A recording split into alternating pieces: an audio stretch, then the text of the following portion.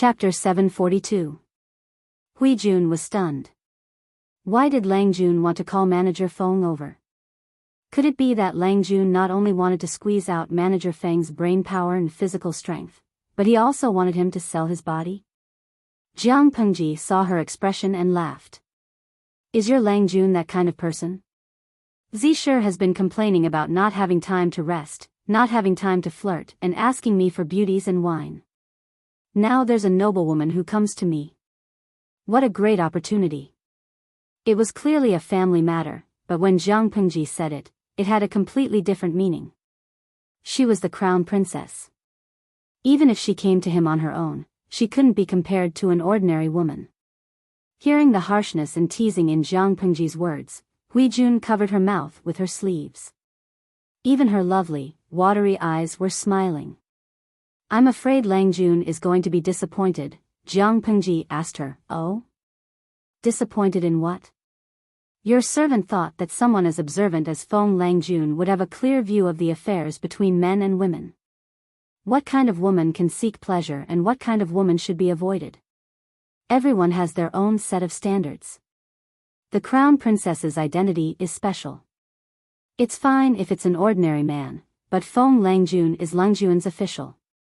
Why would he touch such a sensitive and troublesome woman? Even if Jiang Pengji wanted to push Feng Zhen out to be a scapegoat, Feng Zhen would pretend to be pure and innocent and refuse to comply. Listening to Hui Jun's serious analysis, Jiang Pengji, who was listening attentively, suddenly burst into laughter. Don't worry. I called Zisher over to discuss some matters. How could I ask him to sell his body? Even if I'm willing, I'm afraid that the crown princess won't be willing. Jiang Pengji stopped laughing. Her eyes were still bright and sparkling.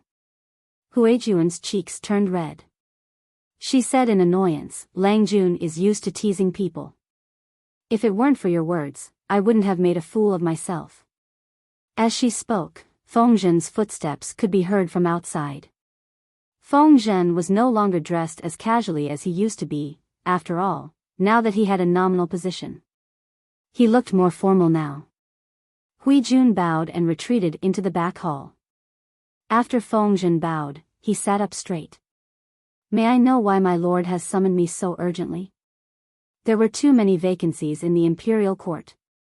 Jiang Pengji found herself a position with a rank of 2,000 dong. Her salary was similar to that of a county chief. Although she was a military officer, it was a special period. She did not have any specific military power in her hands. It was still a nominal position that sounded nice and convenient for her to move around in the imperial court. Jiang Pengji told him about the invitation from the crown prince's manor. She told him about the suggestive scent on the invitation. Feng Zhen actually laughed wickedly and said mockingly, since it's such a good thing, why don't you make a trip, my lord? In any case, she was the crown princess. She was the most respected female leader of the country after the Empress, Empress Dowager, and Empress Dowager. Jiang Pengji rolled her eyes in annoyance. Stop pretending to be deaf and dumb. If your lord could attend the banquet, would she need you to come? When Feng Zhen heard this, he almost knelt down in front of Jiang Pengji. The meaning behind his lord's words was quite profound. He said righteously, Your Highness, I don't sell my body. Feng Zhen acted as if he was going to die defending his innocence. Jiang Pengji wanted to slap him. The audience in the streaming room was a bunch of drama queens. They laughed and messed around with the bullet screen. Jing-jinging, quick! Feng Zhen. The lady you wanted is here. Don't be shy. Go and take the crown princess down. Shushan Yali, Tisk, TSK, TSK. This is the year-end bonus given by my lord, and the target is the crown princess. How many people can't even dream of this? It's not that I want to criticize him, but Feng Zhen talking about integrity and innocence is as interesting as a bald guy talking about how to maintain his hair. Lianhua, the streamer, is really bad. She's directing the trouble to Feng Zhen. I still feel sorry for Feng Zhen. He quit using hanshi powder because of the streamer. He's so busy with work that he doesn't have time to play around, drink, and make merry. He's exhausted and has to feed the tiger with his body. I feel sorry for him for a second. Jianghu Baliantia, Fengzhen reaches out his hand towards the door in despair. He's crying and muttering, Jing Rong, save me. Faced with all the ridicule on the screen, Jiang Pengji couldn't help but laugh. Based on your looks, the crown princess won't be interested in you. Even if she does, TSK, TSK. Jiang Pengji sized Fengzhen up from head to toe. She said meaningfully, people say that women are like wolves and tigers in their 30s. This crown princess is still attractive and a middle-aged woman. Zisher ate too much hanshi powder in the past. Now that his body is weak, I'm afraid she'll squeeze you dry. His legs are so weak that he can't walk. Fengzhen's expression was that of a dead salted fish. He must have followed a fake lord. Jiang Pengji coughed lightly and restrained her playful thoughts. She said seriously, all right, I called you over to discuss serious matters. I'm not joking. Fengzhen sat upright. The crown princess sent an invitation. Will my lord go or not? Of course I'll go. The eldest grandson of the emperor is young and unable to govern. The mother is strong but the son is weak. I'm afraid it's inevitable that she'll listen to politics from behind the curtains. Fengzhen's expression was very serious. One couldn't see any signs of indecency. His jade-like eyes shone with shrewdness and calculation. If she wants the court to be stable, the crown princess has to rely on the powerful feudal lords and win over the court officials. Now that she sent an invitation to my lord, I'm afraid that's her intention. It's just that this crown princess is willing to throw caution to the wind. She's willing to make such a sacrifice. It's a pity that my lord is going to disappoint her. Fengzhen could understand the crown princess's actions.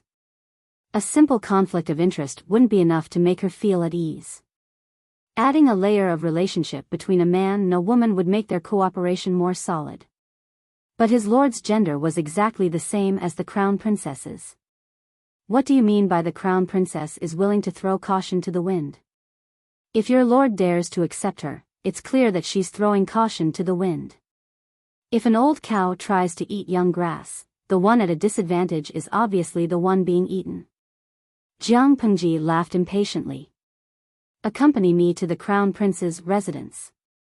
He couldn't accept the crown princess, but he couldn't refuse the obvious benefits. Fengzhen was surprised. Has my lord thought it through? Jiang Pengji laughed. I'm just pretending to be polite. It's not like I don't know how to do that. With my current merits and military strength, it won't be difficult for me to become the governor of Wanzhou. But the other feudal lords don't want to see that happen. They'll most likely try to stop me and cause trouble. If I can start with the crown princess and get her help from the side, this matter will be in the bag. It would be a pity not to take advantage of a free gift. Fengzhen bowed and said, yes. The imperial city of Qinzhou had been looted, and the crown prince's residence was no exception. Jiang Pengji was led by a servant to the courtyard where the banquet was held.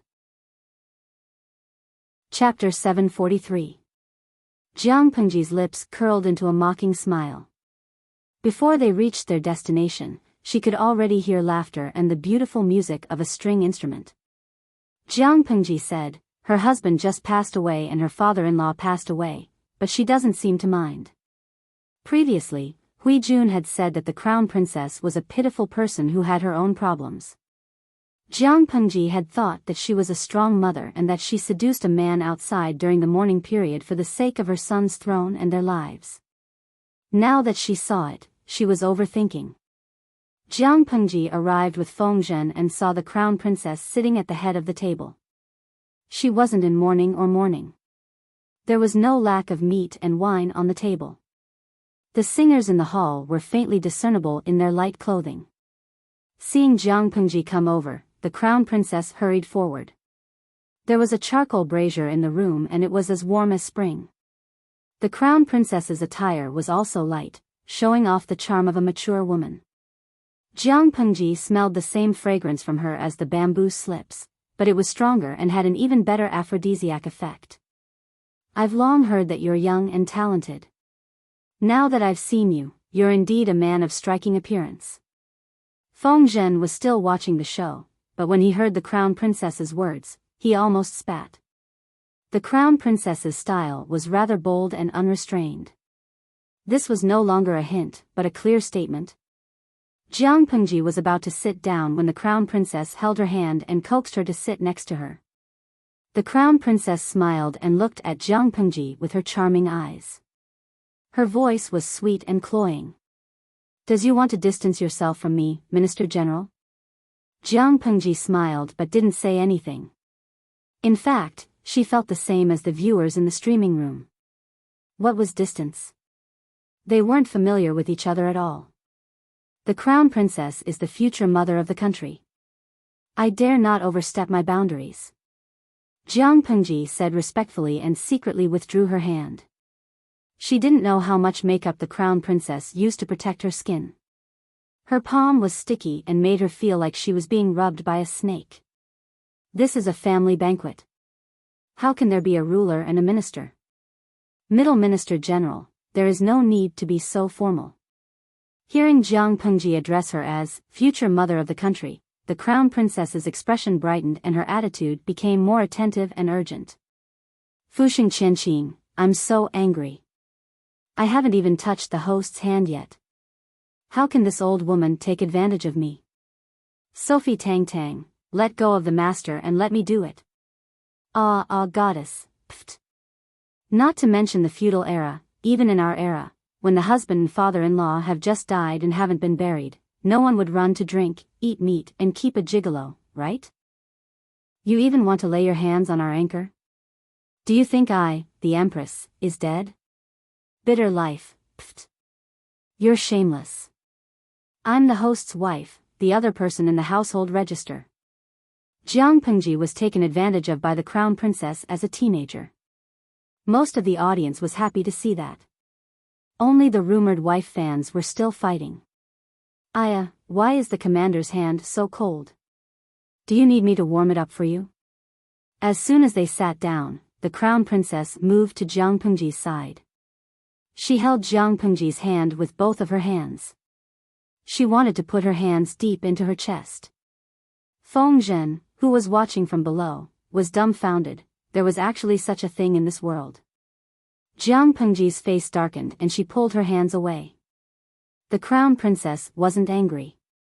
She ordered the dancers to pour wine for her. Hearing the order, the dancers in thin clothes started to dance again. There were also two people nestled in Feng Zhen's arms. It made him look beautiful. Jiang Pengji secretly made a mental note to Feng Zhen. She had brought this fellow here in preparation for him to help her out of this predicament, not for him to hug and flirt with a big sister. Feng Zhen secretly felt a chill run down his spine. He glanced at Jiang Pengji guiltily, then continued to hug her and drink. The Crown Princess had really taken a liking to Jiang Pengji, this fresh meat. She was preparing to do something with her. But before doing that, she still had to sound out the previous dynasty and the alliance army to see if they favored the eldest grandson of the emperor or Wuma Shang from Hu County to inherit the throne. This concerned her future. Just as she had guessed, the Crown Princess planned to use this matter to tie the Lu father and son to her side. As for why she had chosen Jiang Pengji as a breakthrough point, it was also a hobby of the Crown Princess. She was older than the Crown Princess. How could he be as tender and delicious as a young man? Jiang Pengji didn't hide it, but she didn't give the Crown Princess an accurate answer either. She just let the Crown Princess guess on her own. You're such a torturous little sweetheart. Are you trying to make me anxious? The Crown Princess's words had a double meaning. She rubbed against Jiang Pengji and exhaled softly, but she was secretly anxious. She had used the secret fragrance of the palace. She had increased the dosage. Smelling it could make a man and a woman's love and sex more harmonious. However, as long as one had some willpower, it wouldn't have much of an effect. Others only smelled it, but the Crown Princess rubbed it all over her body. The effect wasn't overbearing, but it was lasting. Under the stimulation of her body's desire, the crown princess's words and actions were more open than usual. She couldn't stop trying to seduce Jiang Pengji. Jiang Pengji was as still as a mountain. She continued to drink and watch the dance calmly. She looked like an old monk in meditation, which made the crown princess's teeth itch. How would I dare? Jiang Pengji looked at the crown princess with a faint smile. Her tone was calm. The crown princess's breath smelled like orchids. She whispered in her ear, "You still don't dare? I've already made it so obvious." Jiang Pengji continued to say without changing her expression, "I'm just a district magistrate. To put it bluntly, the so-called commander-in-chief is just an empty title." The crown princess covered her mouth and laughed. "Your servant's little sweetheart, if you say this, how many people will die of shame and anger? You're not even 29 years old, but you're already in control of Wanzhou. If you're just a small official like this, everyone else will be inferior to you." In control of Wanzhou? That's just a title without a title. The crown princess said, "It's better to have a title without a title. According to my little sweetheart's ability, it's only a matter of time before you have a title." Jiang Pengji's smile was finally less resistant and more sincere.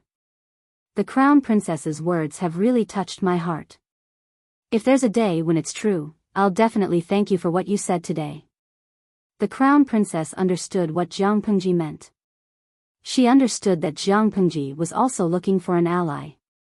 She immediately hugged the pole and climbed up. After 2 hours of banquet, the crown princess's face was already flushed red. Her whole body fell limp on Jiang Pengji's shoulder. Jiang Pengji secretly knocked her out, then took the opportunity to escape with Feng Zhen, who was still unsatisfied. "You can't help at all. What's the use of having you?" She fanned herself. Her whole body reeked of alcohol and the fragrance of the crown princess. Feng Zhen laughed rudely. Although he didn't do anything like holding his belly, it was enough to make Jiang Pengji's face darken. "This is my lord's good fortune.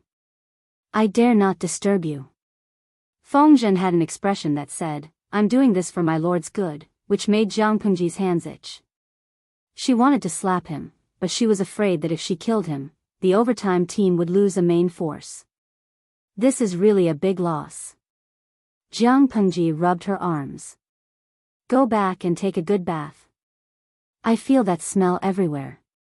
Feng Zhen shook his head. Chapter 744. What was more despicable than having sex without mercy? It was probably because the crown princess was interested in Jiang Pengji. She hinted at it and even personally applied a perfume that stimulated sexual desire. Jiang Pengji looked like an old monk in meditation and watched the crown princess being tortured for more than 2 hours. She even knocked her out before she left. The crown princess slowly woke up. Her eyes were full of shame and anger. Her alluring body was already limp like water. She couldn't move at all. "Help me back and find Xiao Xiazi." The backyard was lonely. She had a husband who liked new things and was lustful. The crown princess, who had given birth to a child, was naturally neglected. However, she wasn't someone who liked to be wronged. There was an eunuch who had been cleansed after he came of age. He was good at serving women. The crown princess liked this eunuch very much. If the crown prince didn't come to her yard, she would spend 9 out of 10 days with him. Not long after, Xiao Xiazi arrived. He was burly and had a beard. From his appearance alone, he looked more manly than the average man. Seeing Xiao Xiazi, the crown princess's eyes were as gentle as water. There was undisguised lust in her eyes. She reached out to him. Not long after, the dormitory was filled with moaning sounds that made one's imagination run wild.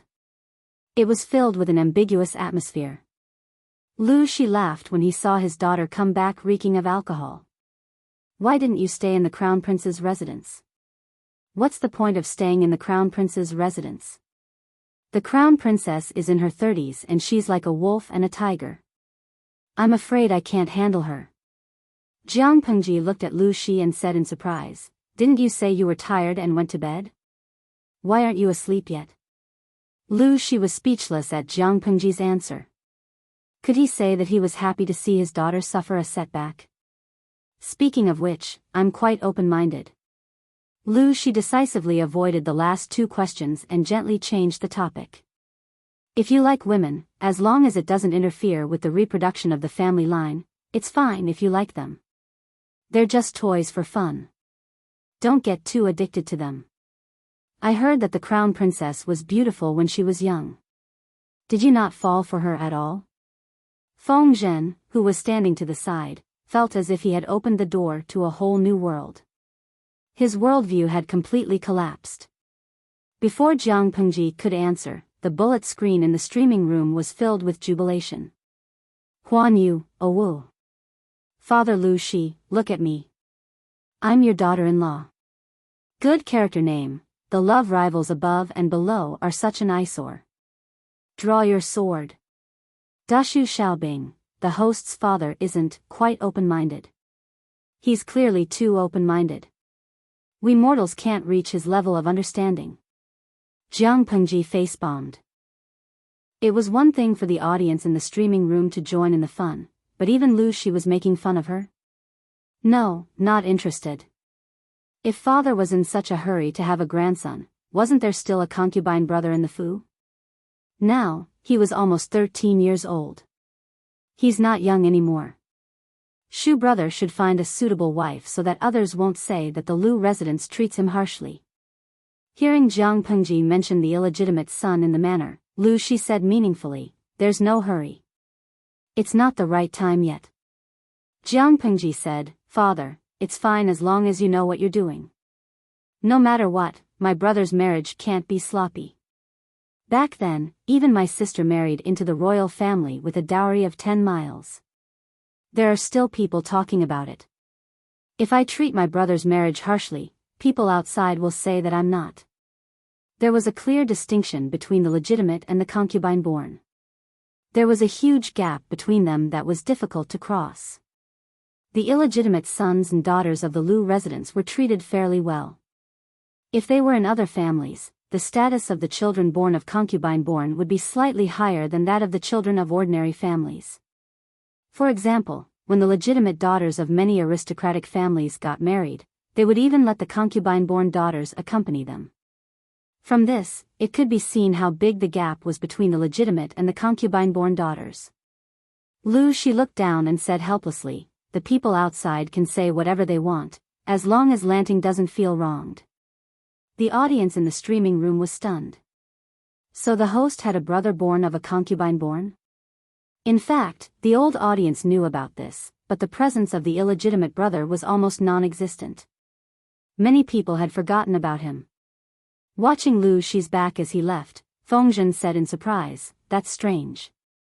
Why is the old master so indifferent to the illegitimate son? After all, he was a son who could carry on the family line, even if his status was low and he was born of a concubine-born. Jiang Pengji asked, you think he's indifferent? Feng Zhen nodded. At the mention of the illegitimate son, Lu Shi's mood didn't change. It was as if he wasn't his son and was just an insignificant decoration. However, Lu Shi's attitude made Feng Zhen feel more at ease. I was worried that the Lord's brother would get in the way of the Lord, but now it seems that I'm not worried anymore. In Feng Zhen's opinion, no matter how biased Lu Shi was, deep down, he still cared about carrying on the family line. Although the legitimate daughter was good, she was still a woman. She couldn't carry on the family line like a man could. Now that he had personally witnessed the conversation between the father and daughter, Feng Zhen felt as if he had taken a tranquilizer. Don't worry. Let's continue worrying. My father's attitude is my father's. Who knows what that illegitimate brother will think? Just like how Lu Zhai didn't know the truth of her parentage until her death, the illegitimate brother was the same. Feng Zhen shook his head and laughed. If the Lord's brother really wanted to fight for the throne, he wouldn't be far from meeting the King of Hell. Look at the people under the Lord. Which one of them was easy to provoke? If they were determined to plot against someone, it was guaranteed that the person wouldn't even know how they died. Anyway, we can't let them grow wild. If they wanted to prevent the scandal of brothers fighting each other, they had to cut off the person's ambition from the root. They had to either kill them with excessive praise or cripple them. Either way, they couldn't let their ambitions grow. Jiang Pengji said in a low voice, "I understand this, but now is not the time. After all, we are brothers." After saying that, she sighed in her heart. She felt that the people around her weren't normal. Her father, Lu Shi, was too open-minded. A few of her subordinates urged her to attack her illegitimate brother. If it were someone else, the normal scene wouldn't be that the father was strict and the subordinates valued the Lord's character. Not to mention urging the Lord to fight with her brother, even if the Lord had a conflict with her brother, she would advise them. But for her, everyone wanted to see the world in chaos. The imperial city of Qinzhou had experienced a war, and Prince Changshuo's army was eyeing the city covetously.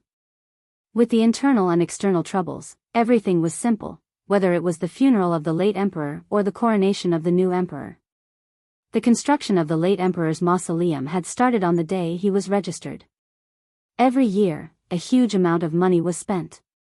But before it was finished, Dongqing's Shangjing had suffered an earthquake and most of the mausoleum had collapsed. Even if it hadn't collapsed, the emperor had to die in Qinzhou and the coffin had to be carried to Shangyang County in Wanzhou for burial. The officials discussed and decided to choose another site near the imperial city of Qinzhou to build the mausoleum. Before the mausoleum was completed, the coffin would be placed in the royal temple. Special times called for special treatment. Chapter 745. On the day of the coffin, the weather was as cold as usual.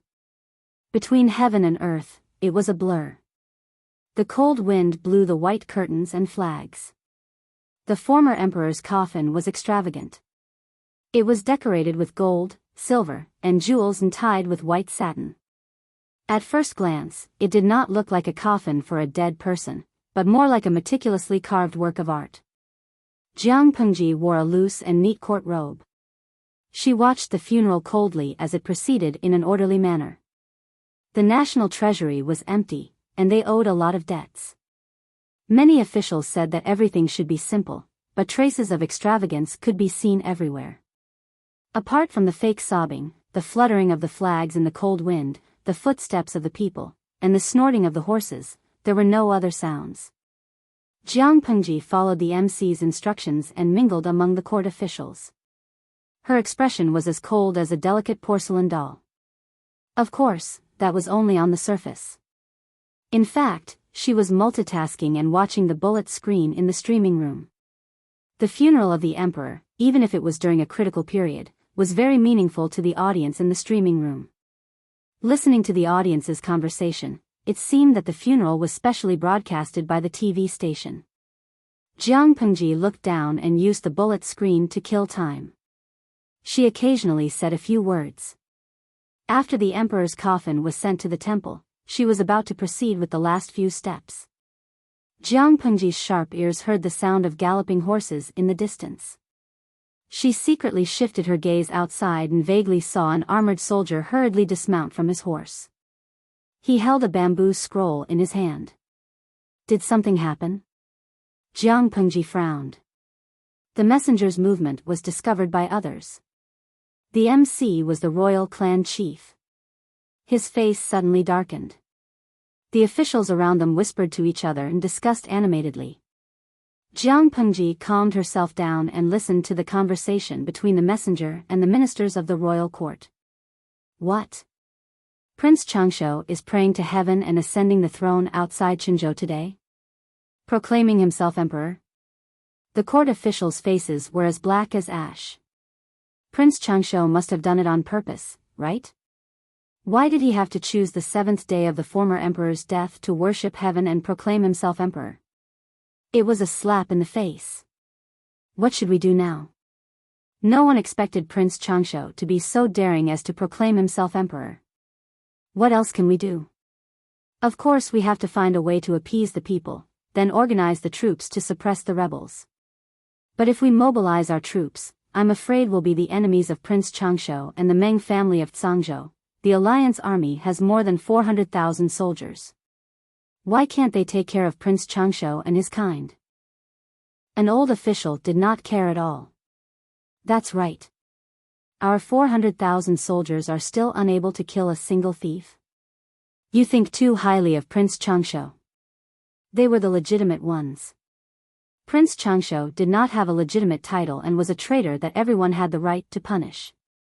Once he issued a declaration of war, all the knowledgeable people in the world would be able to suppress him. In this era, it was important to have a good reason to fight a war. When Prince Changsho besieged Qinzhou, it was also in the name of purging the emperor's followers and punishing the evildoers. He could not attack whoever he wanted. In one scroll, everyone in the world had a justifiable reason to attack Prince Changsho. Similarly, a war could not be won just because one had a good reason. Many of the old officials only saw their own benefits and did not consider the reality of the situation at all. They more or less took it for granted. Prince Changsho did not dare to go head-to-head with the Allied forces because they could not afford to waste time. Similarly, the Allied forces were in a state of disunity. They did not want to go head-to-head. Although they were somewhat naive, the officials knew that they had to support the Allied forces and could not afford to have a conflict with them. When the funeral ended, the news of Prince Changsho's ascension to the throne spread. Many people frowned. Some people scolded Prince Changsho, some remained silent, and there were also people in the middle who tried to smooth things over. Jiang Pengji looked at the various expressions of the people and sneered. There are so many dramas happening these few days. Guess what Prince Changsho's next move will be? Feng Zhen sneered and said, most likely he will divide the Allied forces and cause animosity among the people. According to Prince Changsho's original plan, he should have captured the emperor and forced him to abdicate the throne. Then, he would select the forces of the Allied forces and confer titles one by one to appease them and divide the Allied forces from the inside. Now that the former emperor has passed away, Prince Changsho's wishful thinking has failed. He can only proclaim himself as the emperor and confer titles to the Allied forces in the name of the emperor. My lord also knows that there are many disagreements within the Allied forces. Many of them are despicable. Perhaps he can really rope them in. Yang Si nodded in agreement. He said, however, Prince Changsho's move is beneficial to my lord. Jiang Pengji had fought for the position of Wanzhou magistrate for herself and even planned to reveal her identity as a woman. The chances of the imperial court agreeing to it were 50-50. However, with Prince Changsho's incident, the imperial court had no choice but to agree. They could only pinch their noses and confer the title of Wanzhou magistrate on a woman. Why? Because if the imperial court offended Jiang Pengji, wouldn't they be worried that Prince Changsho would take advantage of the situation and poach the Lu family? The Meng family had defected and the imperial city of Qinzhou was about to be plundered. If the Lu family came along, the imperial court of Dongqing would not be able to withstand the turmoil. Even if they knew that the Lu family and the Meng family on Prince Changsho's side were despicable, there were no eternal enemies in the world, only eternal interests. As long as interests existed, there were many examples of people turning weapons of war into gifts of jade and silk. Jiang Pengji smiled and said, I know this principle. The results of the competition to become the next emperor were out. The winner was the crown princess's eldest legitimate son and the former emperor's eldest legitimate grandson. Hearing this news, the county chief of Shanghai County, Wu Mashang's face was as black as a coffin, gloomy and gloomy. He had been bouncing around for the past few days, trying to rope in allies. How could he have known that these people would act friendly on the surface but stab him in the back? Wu Mashang had thought that the next emperor would be him, but in the end, it still fell to an 11-year-old kid. No matter how angry he was, the result could not be changed. Even if Wu Mashang wanted to imitate Prince Changsho and rebel, there were still troops from the alliance stationed outside the city. He had no chance of winning. After the funeral of the 7th emperor, the young emperor's coronation ceremony followed. The young emperor was only 11 years old. His body was thin and weak, and his eyes were filled with fear of strangers. He looked at them timidly. Although it was a coronation ceremony, it was far less luxurious than the previous emperor's funeral. In fact, it seemed rushed and simple. The emperor wore an ill-fitting ceremonial robe and a crown on his head. His footsteps were unsteady as he held the Empress Dowager's hand and walked to the dragon throne. Jiang Pengji glanced at the bullet screen in the livestream room. She felt that one of the viewers made a lot of sense. Nia Bailing, sigh, the mother is strong and the son is weak. It looks like the Empress Dowager's coronation ceremony, and the young emperor has become a foil. The Empress Dowager presides from behind the curtain, and the young emperor is just a decoration. After the coronation, the next step was the most anticipated reward of the alliance's feudal lords. Although they did not contribute much, they were still part of the alliance. The others got the meat, so why couldn't they get the soup? I heard that this Lu Shi was just a small county magistrate in a remote village. He was in charge of small matters. Now that we've hit the jackpot, we've received an even more generous title than the other forces. We've been given the title of Wanzhou's prefecture governor right off the bat. It is indeed rare. Youngsters nowadays are incredible. Hee, rather than saying that the young are incredible, it's better to say that the young man's father is incredible. Although everyone was envious of other people's rewards, they could accept it. When it was Jiang Pengji's turn, many people expressed that it was somewhat ridiculous. In an instant, jealousy filled the air. Even if Lu Shi's father was Lu Shi, it was still too much for a small county magistrate in a remote and desolate place to become the governor of Wanzhou. Of course, most of those who complained were short-sighted and ignorant of the situation in the court. Was it a huge leap from county magistrate to province magistrate? It was indeed huge. However, Jiang Pengji's title was the heaviest. All the feudal princes who came to rescue the emperor wanted to beat her up with a wooden bat. On the surface, Jiang Pengji's title was indeed very generous, but in terms of actual weight, it was almost the lowest in the alliance. Governor of Wanzhou? Before she came to rescue the emperor, she had already unified Wanzhou. Fengyi County, Qingde County, and Shangyang County were all in her hands. Even if the court dared to send a governor to take over, they would have to ask the local tyrant if he was willing to give up Wanzhou. Lu Shi was not a governor, but he was more like a governor. Giving Lu Shi the title of governor was just a way to make the title of Wanzhou's governor completely legitimate. In times of peace, the court had the final say in whether or not the title of Wanzhou's governor was given. In the current situation, the court had no say in whether or not the title of Wanzhou's governor was given. Even so, there were still people who disliked Jiang Pengji. The anger, jealousy, resentment, and malice in their eyes were almost overflowing. Jiang Pengji faced it calmly. It was just a small battle. The more jealousy and envy she could endure, the more glory she could endure in the future. Listening to the unfamiliar attendant read the imperial edict, Jiang Pengji seemed to be serious, but she was actually distracted. She secretly paid attention to the owners of those malicious gazes. After reading the long and awkward edict, she received it with both hands. She was about to express her gratitude and the owner of one of the gazes could not bear it any longer. Wait, your subject has something to report. Lu Shi, Huang Song, and An Shui all frowned. The other feudal lords also looked at the person who had spoken in surprise, the chief of Shanghai County, Wu Ma Shang. Jiang Pengji sneered. No matter what important matter Chief Wu Ma has, it should wait until I thank the emperor. Could it be that you're doing this on purpose? Wu Ma Shang stepped out from the crowd of officials.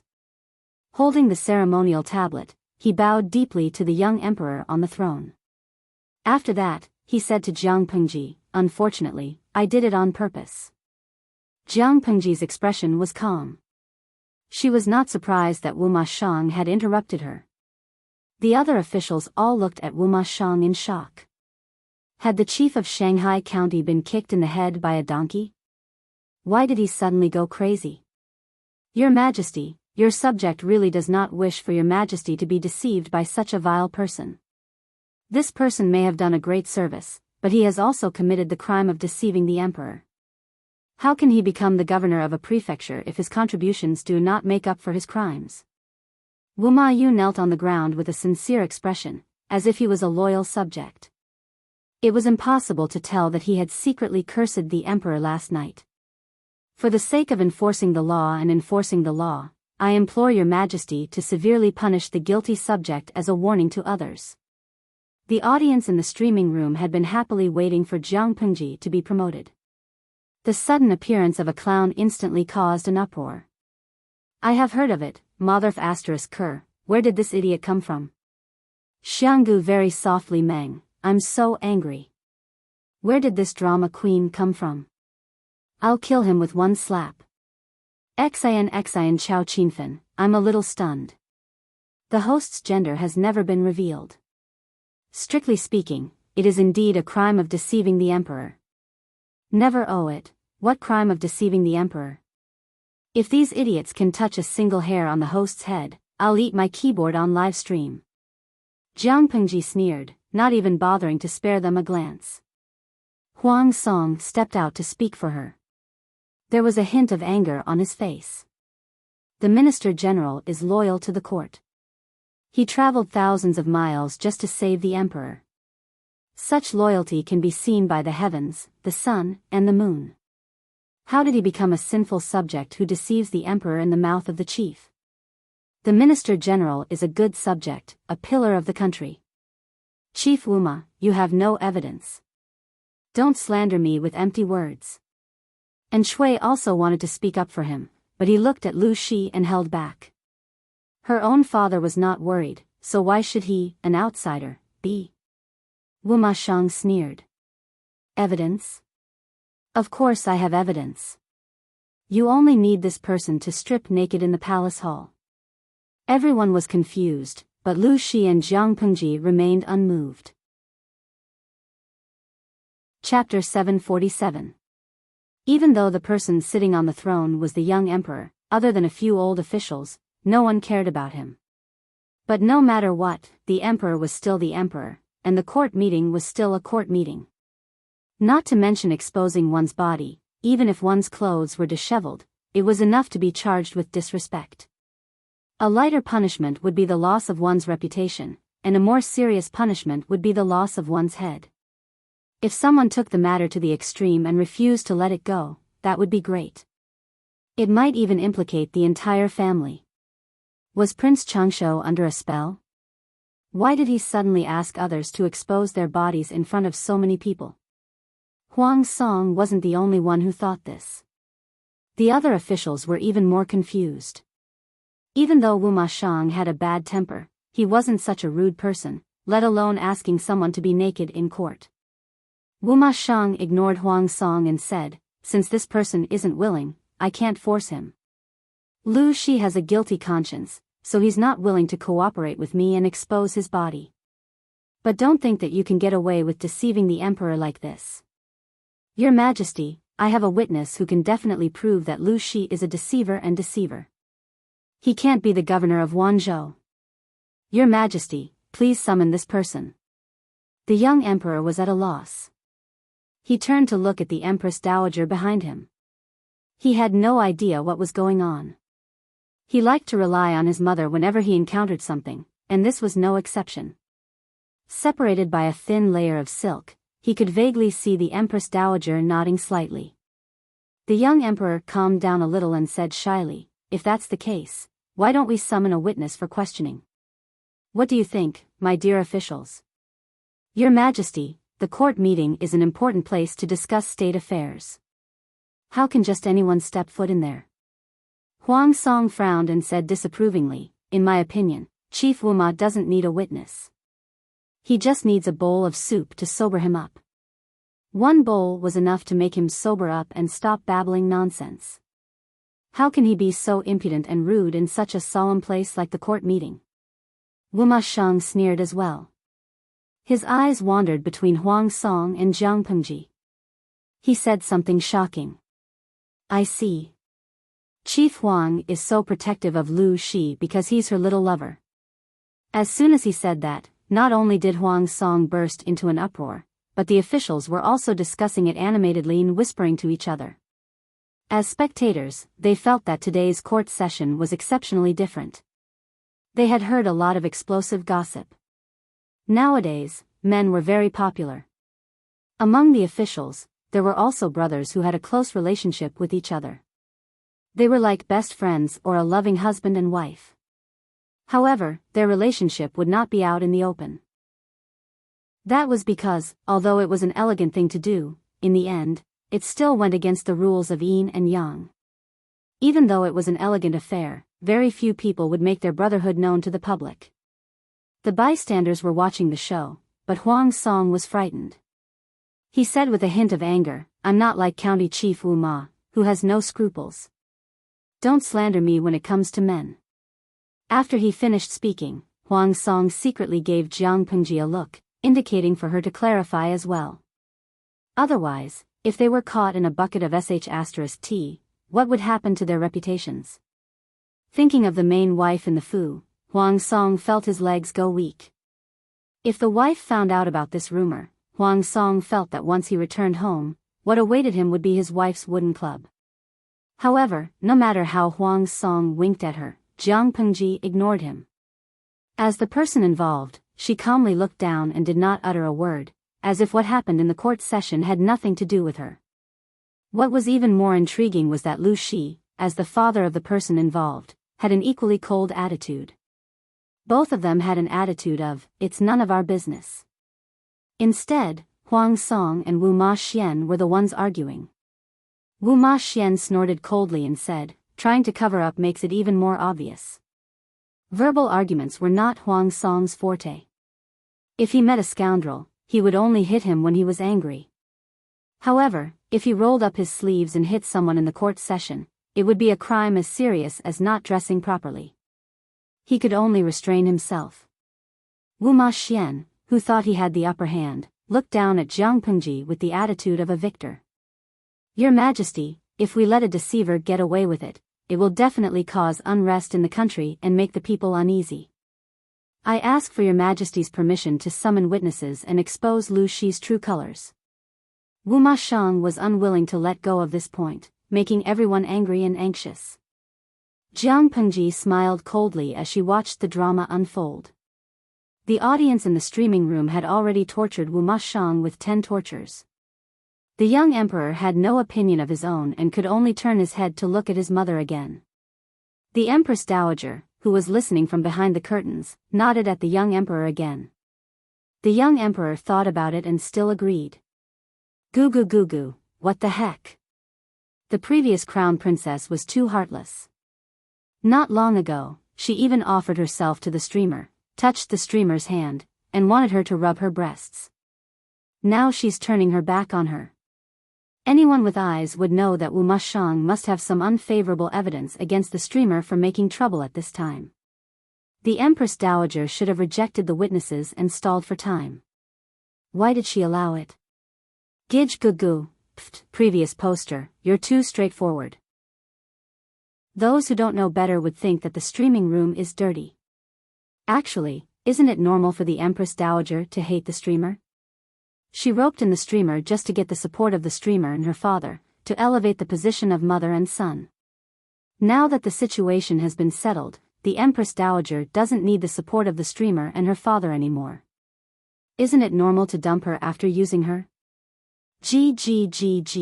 Let me add another point. The streamer didn't satisfy the desires of this old woman that day. She just watched as she was tortured by the aphrodisiac for 2 hours. If it were me, I might hold a grudge and cause trouble for the streamer or something. Jiang Pengji glanced at the bullet screen of the streaming room. The discussions were very lively.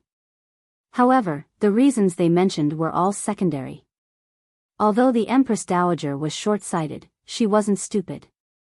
She wouldn't be so stupid as to turn against Jiang Pengji over a little humiliation. Unless she had already found a more reliable backer. With this layer of protection, the Empress Dowager could easily turn against her. Reality proved that Jiang Pengji's guess was correct. Wu Ma Shang had thought that the throne was in the bag, but the final result was a harsh slap to his face. However, this person was ambitious. He wasn't someone who would give up easily. The Empress Dowager had entered his hunting range. As long as he completely controlled the Empress Dowager, it would be the same as controlling the young emperor. At that time, Wu Mashang wouldn't be the emperor, but he would be more like the emperor. On the other hand, the Empress Dowager wanted to find a reliable partner to work with. She hoped that she would have a partner to stabilize the position of the emperor and his mother. Therefore, the two of them hit it off. The Empress Dowager needed Wu Mashang's real power, and Wu Mashang wanted to use the Empress Dowager to control the emperor. The two of them had their own plans and took what they needed. Therefore, it wasn't unreasonable for the Empress Dowager to cooperate with Wu Mashang to embarrass Jiang Pengji in the court. However, the level was still a little low. Jiang Pengji finally spoke. She smiled and said, "Your subject has no objections. Let's do as the county chief said and summon the witness." Chapter 748. Jiang Pengji laughed coldly and asked, "Why is the chief's expression so strange? Could the witness you speak of not exist?" After a moment, Wu Mashang's dull eyes regained their luster. "Don't be so arrogant. Let's see how you argue when the witness testifies. Deceiving the emperor is a capital offense. I advise you to think of a way out first." At that moment, not only was Jiang Pengji laughing coldly, but the other officials were also laughing in their hearts. When they heard that Jiang Pengji had become a governor, they were indeed a little jealous, but they did not dare to say anything. Not to mention deceiving the emperor, with the Lu father and son's current power, even if they were to enter the palace with swords, for the sake of the bigger picture, the entire court would still not dare to say anything. At most, they would just roll their eyes at them, not to mention taking Jiang Pengji's life. Wu Mashang's words were simply laughable. Deceiving the emperor was indeed a serious offense, but it was not worth mentioning at certain times. Everyone was waiting for a good show. They did not care that it was a court meeting. After a while, an old woman knelt at the entrance of the hall. She was dressed in linen and had a face full of hardships.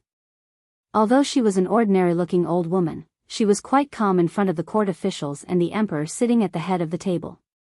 The woman knelt down and greeted with an old voice, "Your servant, Zhao Jia, greets the emperor." Jiang Pengji looked at the woman and could not help but laugh. "Chief Wu Ma, is this your so-called witness? You are making me laugh." Wu Mashang pointed at Jiang Pengji and Lu Shi and asked the old woman, "Are you sure this father and son pair are the masters you once served?" The old woman raised her head slightly and glanced at the two. She said in a low voice, "Yes, they are the old master and the eldest wife." The officials were confused. Huang Song looked like he was asking, "Who am I? Where am I? What am I doing?" A confused expression. The old woman spoke the official language very well. She spoke clearly and enunciated every word. Everyone could understand every single word of what she said, but they couldn't understand it when it was put together. Huang Song was stunned. He regained his lost self and tried to correct the old woman's mistake. That's wrong. It is clearly the old master and the second Lang Jun," the old woman said confidently. The old woman said with certainty, "That's right. Although I'm old, my memory is still good. This is clearly a pretty girl." Huang Song was silent. He thought to himself, the old woman in front of him might have a good memory, but she was definitely blind. How could a living, handsome man think of her as a pretty lady? How blind must one be to say such absurd words? After the old woman replied, she lowered her head again. Wu Mashang snorted proudly. "Lu Zhongqing, do you dare to admit that Zhao Jia was once a servant in your residence?" Lu Shi laughed and said, "I'm a man. The chores in the inner courtyard have always been handled by the women in the inner courtyard." "How would I know?" Wu Mashang snorted. Avoiding the important and focusing on the trivial. "You have no choice but to admit it. This Zhao Jia is obviously a servant brought along by your first wife, Gu Min, in her dowry. Not long after you lost your wife, you personally released a group of servants. Do you dare to say that you don't know them?" After hearing this, Lu Shi said carelessly, that was more than 10 years ago. I'm not like Chief Wuma, who can remember the affairs of other people's courtyards so clearly. If you say that this Zhao Jia was the wife's servant, then that's fine. I have no objections. When the others heard this, they felt that Lu Shi's attitude was a bit strange. Others were obviously attacking Lu Shi's son, but not only did Lu Shi not defend him, he even hit him when he was down. Before they could figure it out, Jiang Pengji, the person involved, seemed to have dug a hole for herself. Father, I heard from my stepmother a long time ago that there was indeed a Zhao Jia among the old people by my mother's side. Perhaps it's her. Lu Shi glanced at the old woman and casually said, "Oh." At that moment, everyone could see that this father and son pair did not take this matter to heart. They were purposely making fun of others. The old woman knelt on the ground and secretly clenched her fists. Her voice was hoarse. This servant is indeed the late wife's servant. Back then, she lost 2 sons and her body was extremely weak. Not long after, she passed away, leaving behind the old man and the eldest wife. Wuma Shang asked the old woman, "Are you sure that this Lu Shi in front of you is that eldest wife?" The old woman nodded with certainty and said, "This servant can confirm that the eldest wife's eyebrows, nose, and chin are very similar to the late wife's." Back then, the late wife especially doted on the only 4-year-old second Lang Jun, but because the servants did not take good care of him, he accidentally drowned. In order to appease the late wife's pain, the old man lied and said that the one who drowned was the eldest wife and had the eldest wife take the name of second Lang Jun. Lu Shi laughed coldly after hearing this. "To me and the late wife, every child is our flesh and blood. There is no such thing as the palm of the hand or the back of the hand." Because of such a ridiculous reason, a daughter took the place of a son and let a daughter live under the shadow of a son. What a waste of being a father and a waste of being a mother. Wuma Shang immediately seized on his words and questioned, "So you're saying that you deny the truth?" But Lu Shi said, "I'm just denying that ridiculous reason." In other words, other than the reason, Lu Shi did not refute the other facts. Admitting it so easily, Wuma Shang felt as if his fist had punched cotton. It was very uncomfortable. Now, it was Jiang Pengji's turn to add insult to injury. She looked at Wuma Shang as if he was an idiot and asked him, "Chief Wuma, you mobilized so many people just for this?" Wuma Shang and the old woman's expressions synchronized, as if they were both stunned. Jiang Pengji continued, "Actually, we are quite grateful to Chief Wuma for this. Because even if you didn't say it, my father and I had planned to tell the truth to His Majesty and the Empress Dowager after the court session. It's just that we were the ones in the wrong and lied to them first, so we didn't know how to bring it up. Chief Wuma is very understanding and has actually helped us a lot, saving us a lot of trouble." Wuma Shang's expression froze, and the old woman also looked at a loss. After a while, Wuma Shang said, "You're quite the schemer. Don't think that you can lessen the crime of lying to the emperor by saying this in hindsight. If I don't expose you, who can guarantee that you and your father will voluntarily confess after the court session and not continue to deceive the world?" Jiang Pengji asked him with a troubled look. "This is just a small matter, so why is Chief Wuma so persistent? If the crime of lying to the emperor is a small matter in your eyes, then what is a big matter?" Wuma Shang scolded her sternly, then knelt before the young emperor and said passionately, "Your Majesty, if we don't punish such a sinner, we won't be able to intimidate the others. If we don't punish this person severely, from now on, everyone will think that lying to the emperor is a small matter. What will become of your Majesty's dignity? What will become of the royal family's dignity?" Jiang Pengji snorted. Her disdainful sneer was especially clear in the hall. Wuma Shang's face was ashen, and his eyes were as wide as bells. He looked at Jiang Pengji with a murderous look. Chapter 749. Go ahead and ask. I would like to see if you can distort the truth in front of everyone. If that's the case, then Chief Wuma, listen carefully. Jiang Pengji smiled nonchalantly. First question, who is Lu Shi? That's your twin brother. You took over your brother's identity. Wu Ma Shang spoke without hesitation. Jiang Pengji's expression was calm as she replied readily, that's wrong. I am Lu Shi, and Lu Shi is me. Who said that a twin sister can't use her deceased brother's name to comfort her parents who lost their beloved son? This is filial piety. I don't think it's wrong. Wu Ma Shang's eyes widened. He almost choked on her words. Seeing his expression, the other officials were happy to watch the show. The viewers in the streaming room were cheering for Jiang Pengji. Yan Rian, high energy alert ahead. Non-combatants, retreat immediately. The streamer is about to charge for a big move. Drifting with the tide, little ding ding, what? 120. There's a critically injured patient here. I've booked an ambulance. Gufeng EC Yuan, the streamer has charged up to 100%. I have a feeling that it's going to be a terrifying battlefield. Wu Yixing Sheng, isn't it good to be alive? Why did you have to provoke my husband? Look at him now, he's about to die. Sophistry. Wu Ma Shang's expression darkened. He didn't know how to retort. Jiang Pengji smiled as she asked her second question. She was even more cunning, and the officials held back their laughter. Second question.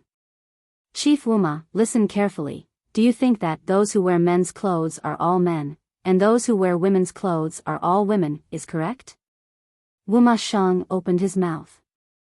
He didn't know if he should answer right or wrong. Because no matter how he answered, Jiang Pengji had a bunch of questions waiting for him. If he answered that it was correct, he would be lying through his teeth. How could the gender of a man and a woman be determined by a piece of clothing?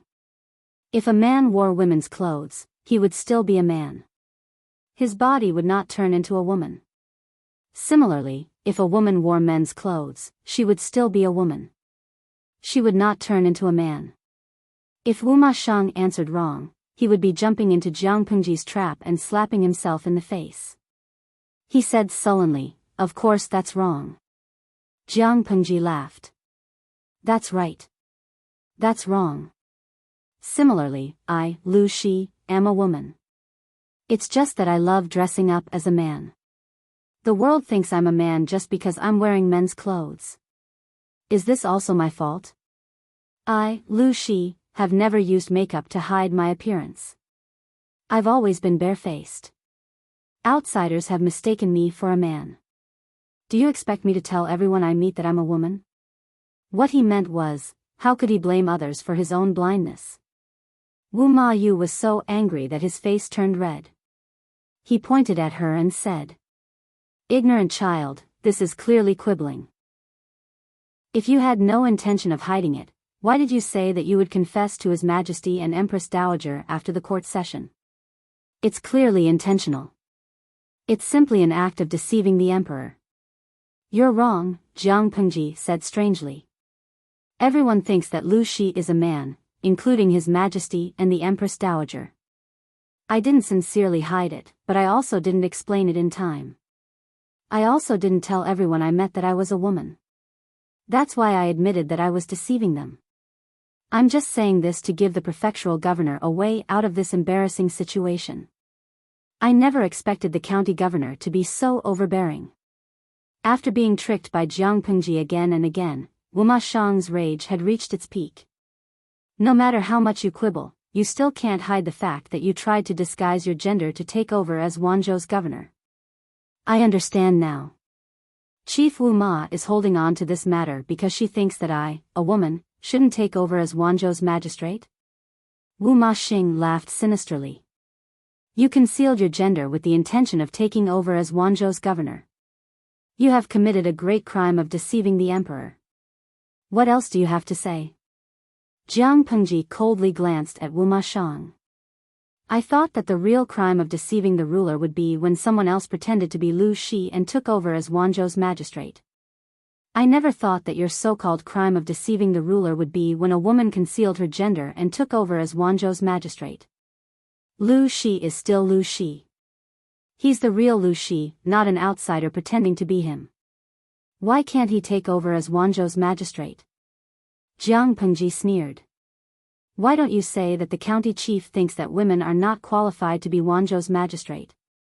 Wu Ma Shang asked in return. Did I say anything wrong? Of course it's wrong. It's the funniest mistake in the world. Jiang Pengji's voice suddenly became loud and clear. She pointed the ceremonial tablet in her hand at Wu Ma Shang's nose and said forcefully, "If you say that women are not qualified to be Wanzhou's magistrate, may I ask whether the Marquis of Guanyi, Su Gong, is a man or a woman?" Jiang Pengji's words directly dragged the Su brothers, Su Bei and Su Fei, into the water. They were the descendants of Su Gong. The Su brothers, who had originally thought that they were spectators, looked at each other, then turned their faces away in disgust. Without waiting for Wu Ma Shang's reply, Su Bei stepped forward and answered, "Naturally, Su Gong is a woman." Wu Ma Shang's face twitched. He secretly clenched his fists in his sleeves. He looked at Jiang Pengji with a gaze filled with intense hatred. Naturally, Su Gong is a woman. Moreover, she is a heroine who does not lose to men. Jiang Pengji smiled and cupped her hands in greeting to Su Bei. Su Bei also returned Jiang Pengji's greeting in a daze. He was still in a daze. How did the promised younger brother turn into a younger sister? The face was still the same face, the body was still the same body, but the gender had been reversed.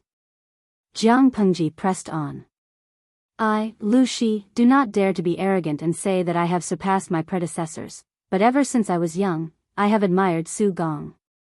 I have secretly regarded her as my role model. My dynasty is the legitimate descendant of the Xia dynasty. Naturally, we have to follow the previous dynasty and restore our former glory. I have one last question. Listen carefully, Chief Wuma. Now, do you still think that Lu Shi, as a woman, is wrong to take over the position of Wanzhou's magistrate?" Wu Ma Shang was about to say that Jiang Pengji was arrogant. How could she compare to Su Gong? Jiang Pengji had already gained the upper hand with her words. Could it be that Chief Wuma also agrees with the four self-accomplishment classics for women that the people of Zhongzhou worship and regard as the standard? That women should obey the 3 virtues and 4 virtues? That women like Su Gong are women who do not abide by the ways of women? That they should be stripped of their titles and nailed to the pillar of shame? I heard that when the 4 self-accomplishment classics for women was popular in Zhongzhou, many learned scholars even wrote books to condemn Su Gong and other female heroes. Chief Wuma, do you agree? Jiang Pengji asked aggressively. You only need to answer yes or no. Wu Ma Shang's face was deathly pale. He could hear countless voices buzzing in his ears. His palms were covered in sticky cold sweat. He stammered, You're twisting words and forcing logic. This kind of woman who does not abide by the ways of women. Enough. A stern rebuke forcefully interrupted Wu Ma Shang's words. An ivory baton was swung across his face, almost knocking him out. Su Bei's face was as black as the bottom of a pot. He asked sternly, Wuma, you old fool. Who are you calling unruly? Su Fei's temper was not as good as Su Bei's. Chapter 750. They definitely could not tolerate this. The Su family's current prosperity was all due to their ancestors and the generations of descendants. Even the current emperor, let alone Wu Ma Shang, would remember humiliating their ancestors and settle the score in the future. Su Bei said, Old man Wu Ma, and Su Fei quickly followed up with another clean blow. The ceremonial tablet in his hand smashed heavily into Wu Ma Shang's face. In just a few breaths' time, a slightly swollen red mark appeared on his face. The imperial court assembly froze for a moment. Everyone's attention was on the Su brothers and Wu Ma Shang, but Jiang Pengji's gaze was fixed on Zhao Jia. She discovered a very interesting detail. When Su Fei threw the ceremonial baton at Wu Ma Shang, the latter did not dodge in time and was hit squarely by the ivory baton. At the same time, Zhao Jia, who had been kneeling on the ground, subconsciously moved and secretly raised her hand to cover her face. Jiang Pengji curled her lips and smiled. She looked at Zhao Jia with interest. Seeing that the situation was about to get out of control and that the Su brothers were about to gang up on Wuma Shang, the officials close to Wuma Shang stepped out to mediate. Please calm down. Chief Wuma is not targeting Su Gong, he's only targeting Lu Shi. Su Bei's gaze was cold.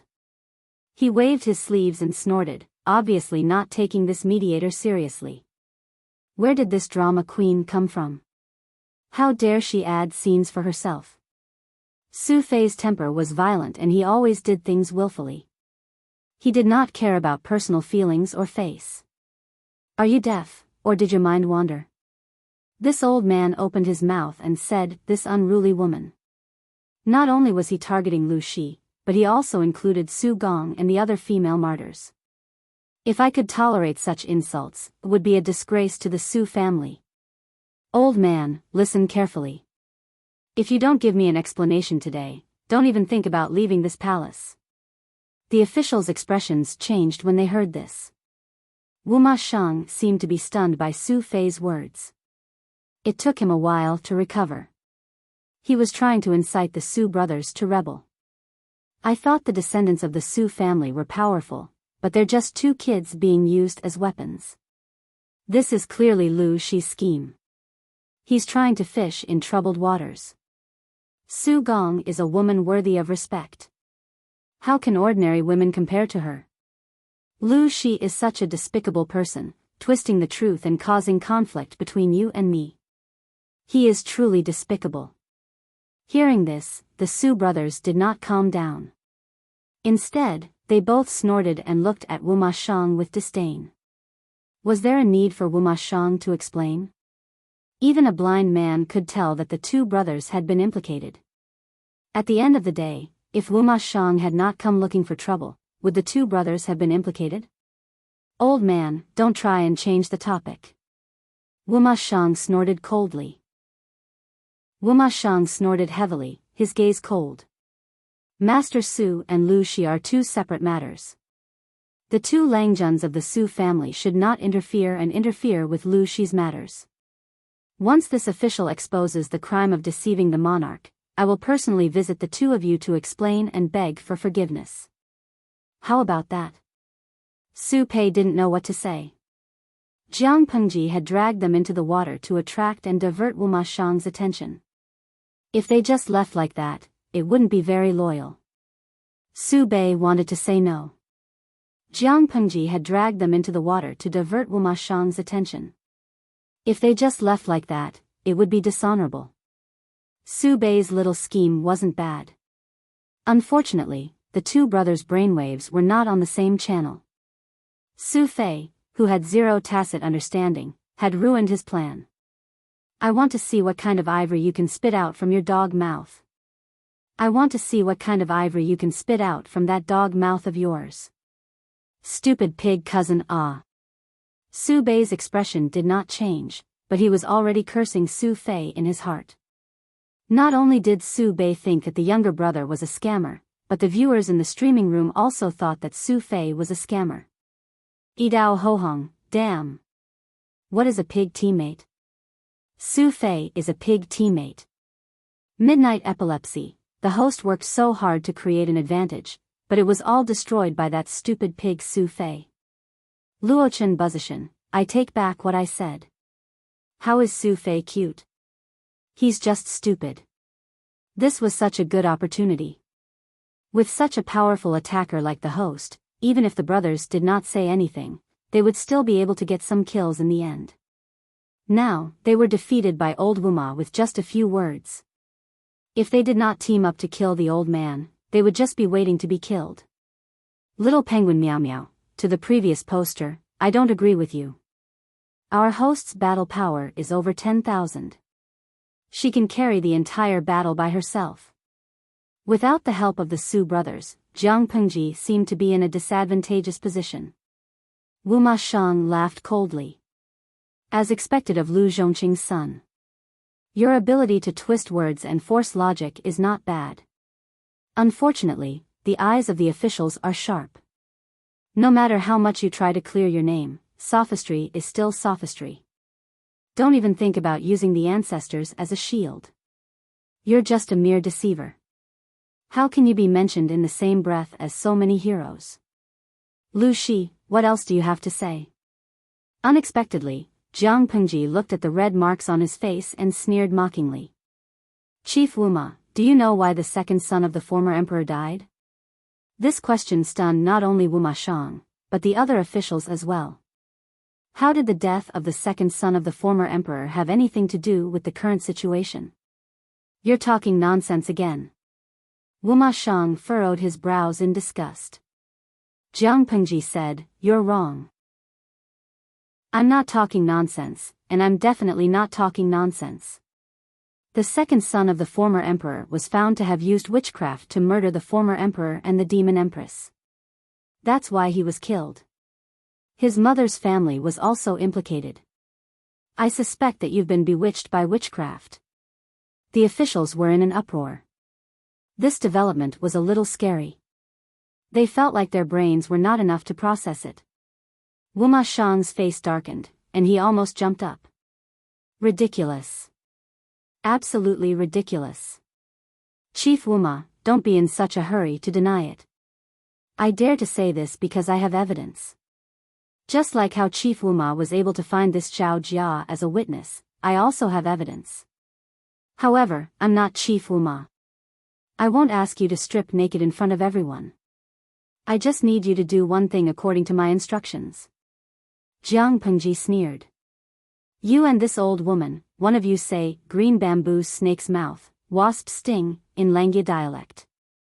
The other one says long live the emperor, in Zhangzhou dialect. When she made this strange request, the officials were still confused. After a while, the old woman said it again in awkward Langya dialect, and Wuma Shang followed in Zhangzhou dialect. Jiang Pengji sneered. You seem to have misunderstood. I said it at the same time, not one after the other. Wuma Shang stepped forward and scolded, Bitch, don't go too far. Jiang Pengji's voice suddenly became loud, and she used some mental pressure. Are you not willing to say it, afraid to say it, or are you saying that you can't do it?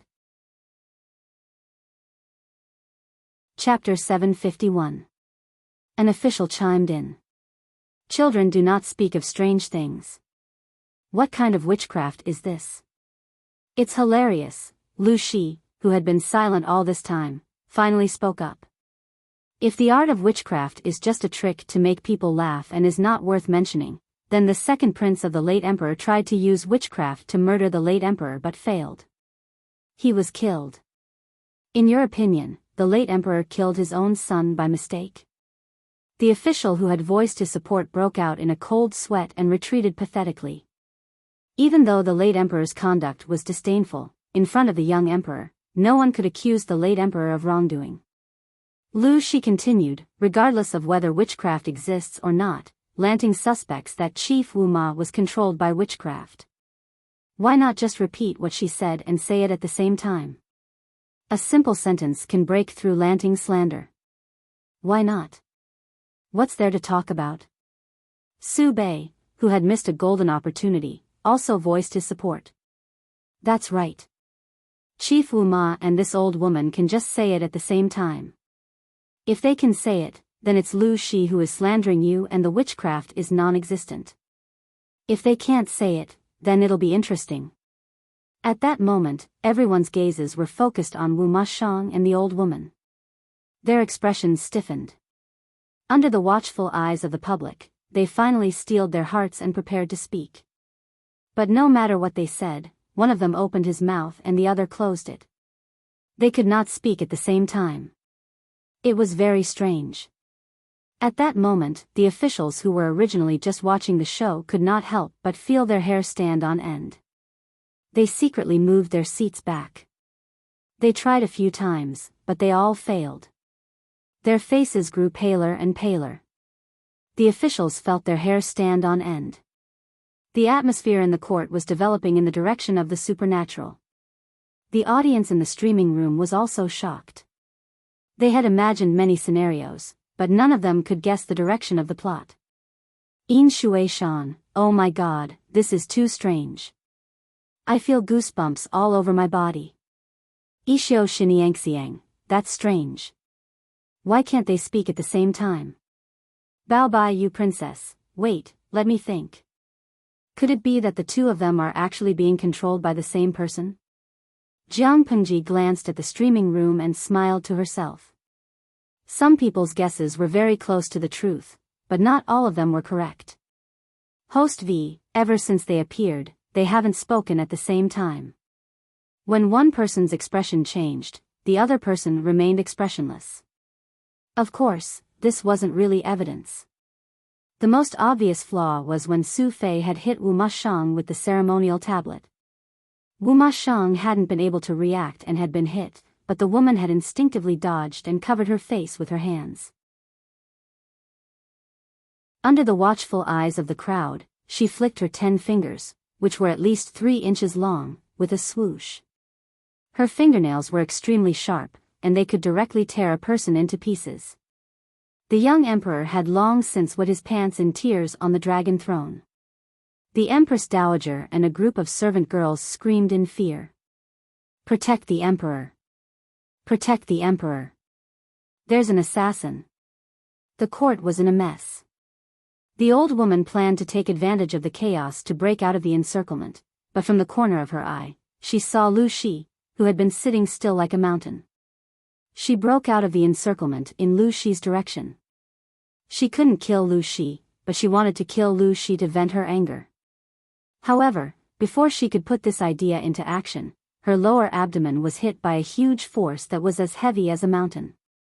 Her body was like a kite with a broken string. She flew backward for 2 or 3 feet. It's you again, B*TCH. The corner of the old woman's mouth was broken, and bright red blood flowed out. The officials nearby were so scared that they shrank to a corner of the court. Jiang Pengji stood not far from Lu Shi and sneered. Once you're new, twice you'll get used to it. This is already the 3rd time. At that moment, the old woman heard a warning from the system. Host, Lu Shi is not easy to deal with. Grab a hostage and escape quickly. The old woman was furious, but she also knew that Jiang Pengji was not easy to deal with. If she didn't want to die, she could only escape.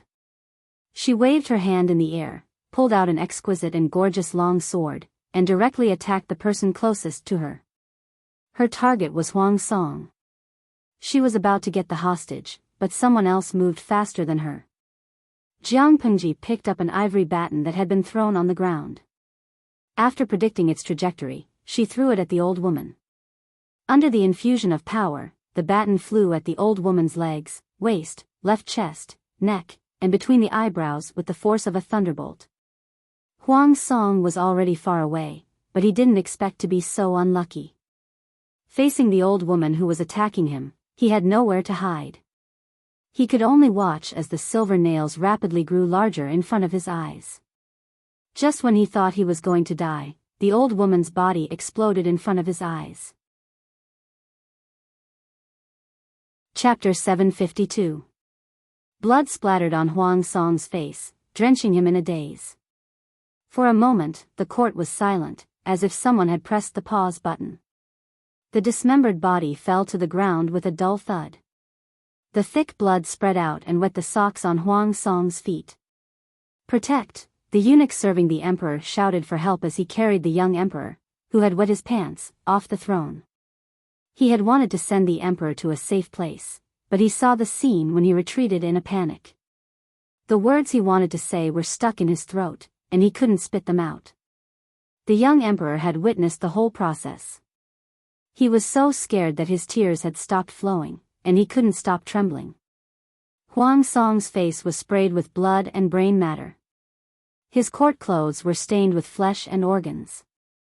His eyes were wide open because of fear, as if his eyeballs were about to pop out of their sockets. Only when the imperial guards took down the muddle-headed chief of Shanghai County did his rapidly beating heart slowly return to a normal rhythm. In the eyes of outsiders, the old woman's fingernails had suddenly grown long, and she had torn several imperial guards alive with her bare hands. She looked like a demon. Such a powerful demon had been smashed into pieces by Jiang Pengji's 5 ivory batons. Then there was a problem. Wasn't Lu Shi more terrifying than a demon? Huang Song's psychological quality was still very high, but when he came to his senses, he found that his legs were sore and weak. With a plop, he knelt on the ground. Not far from him was the dismembered body of the old woman. One of her eyeballs was hanging out of her socket, and the other had rolled to the side of her head. One of the batons had been aimed at her waist, and her intestines had flowed out of the wound. Huang Song had seen such a bloody scene before, but the current scene was even more impactful. He couldn't hold it in for a moment. His stomach convulsed, acid gushed out, and the urge to vomit rushed to his head. Wretch, he raised his hand to cover his mouth, tilted his head, and vomited. At first, he could vomit the remains of his breakfast, but later, only acid was left. Not only was Huang Song in a sorry state, but the other officials were also trembling with fear. They were so scared that they didn't dare to make a sound. Their faces were pale, and they were losing blood. They were afraid that if they breathed too loudly, they would attract the attention of the killer. In the entire court, only Jiang Pengji and Lu Shi were calm. "Your Majesty, I have killed the demon." Jiang Pengji looked calm and collected. She folded her sleeves slightly and bowed respectfully in the direction of the young emperor. Her voice was calm and clear, like a command. The time in court began to move again. The officials, who had been too frightened to move, also came back to their senses. One by one, they found that their inner robes were soaked in sticky sweat. Looking at their dumbfounded expressions, the viewers in the live stream expressed their disdain. All of them were high-ranking officials, yet they were scared *+ by such a small battle. How embarrassing. Blood Si Liuxiang, the voice of all the officials, "Who am I? Where am I? What am I doing? Qiu Shaonan, I'm scared to death. I've heard that there are super bloody scenes in this live broadcast room, but I didn't expect it to be so bloody. Diligent lazy woman, I don't think this is bloody.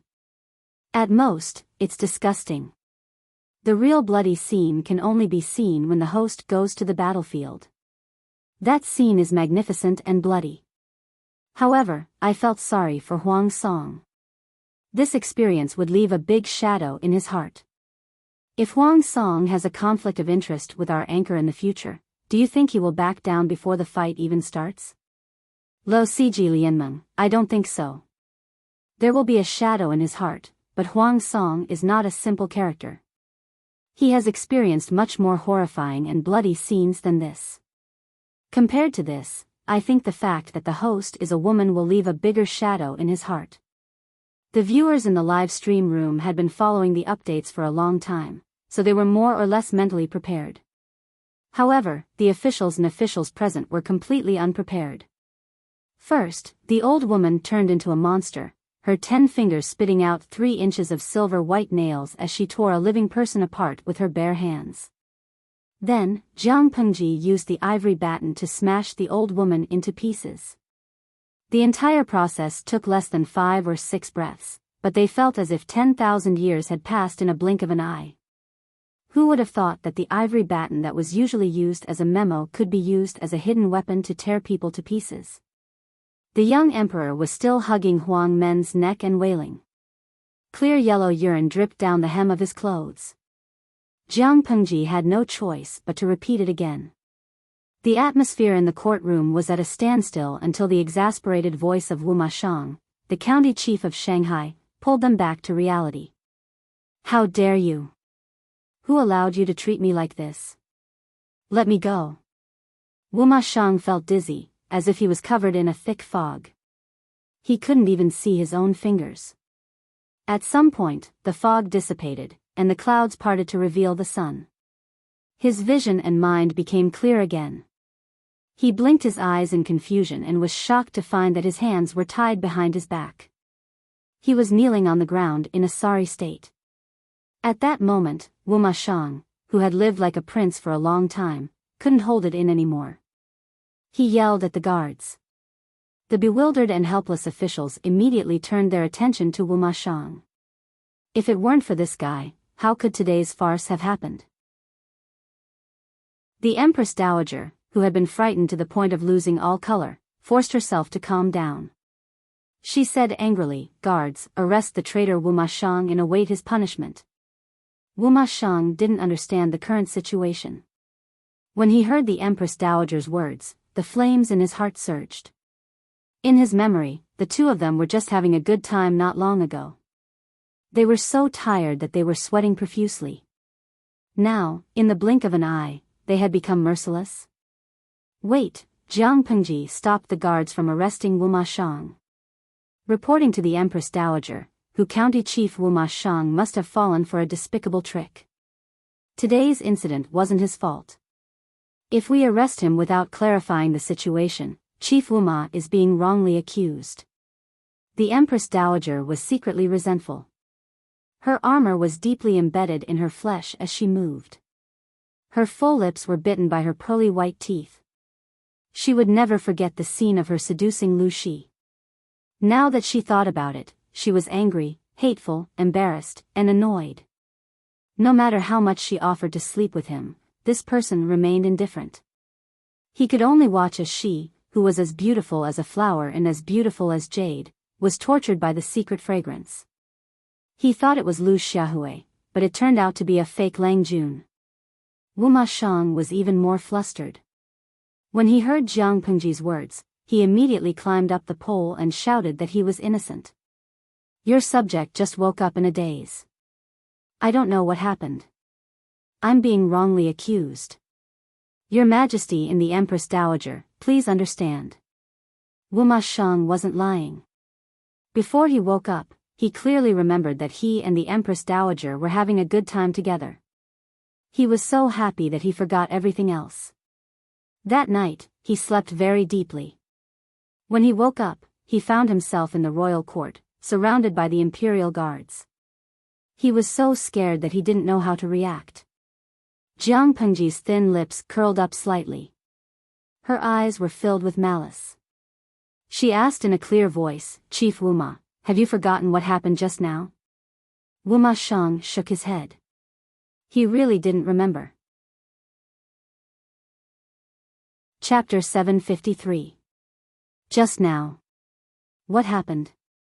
Wu Mashang's heart skipped a beat. He had a bad feeling about the petty tricks Jiang Pengji had mentioned. Just now, Chief Wu Ma brought a woman to the court and tried to expose my identity as a woman. He was determined to punish me for deceiving the emperor. Wu Mashang was dumbfounded. His shocked expression could not be faked. Wait. Why did he understand every word Lu Shi said, but he couldn't understand them when they were put together? More importantly, Wu Mashang was dumbfounded. You're a woman? It felt as absurd as a 9-foot-tall, burly, bearded man calling himself a woman with a charming face. Jiang Pengji nodded. Yes, Chief Wu Ma kept talking about this and wanted to use it to punish me. Later, I noticed that Chief Wu Ma and the old woman had strange expressions. Only then did I realize that Chief Wu Ma had been harmed by a petty person's witchcraft. Wu Mashang's mind was muddled. He was indeed unhappy with Jiang Pengji, but there was nothing wrong with his brain. Look at the young emperor. What good could deceiving the emperor do? He cursed in his heart, but on the surface, he kept pleading innocence. He insisted that he had been bewitched by someone using witchcraft. No matter what, Wu Mashang was the chief of Shanghai County, an old fox who had been in the bureaucracy for many years.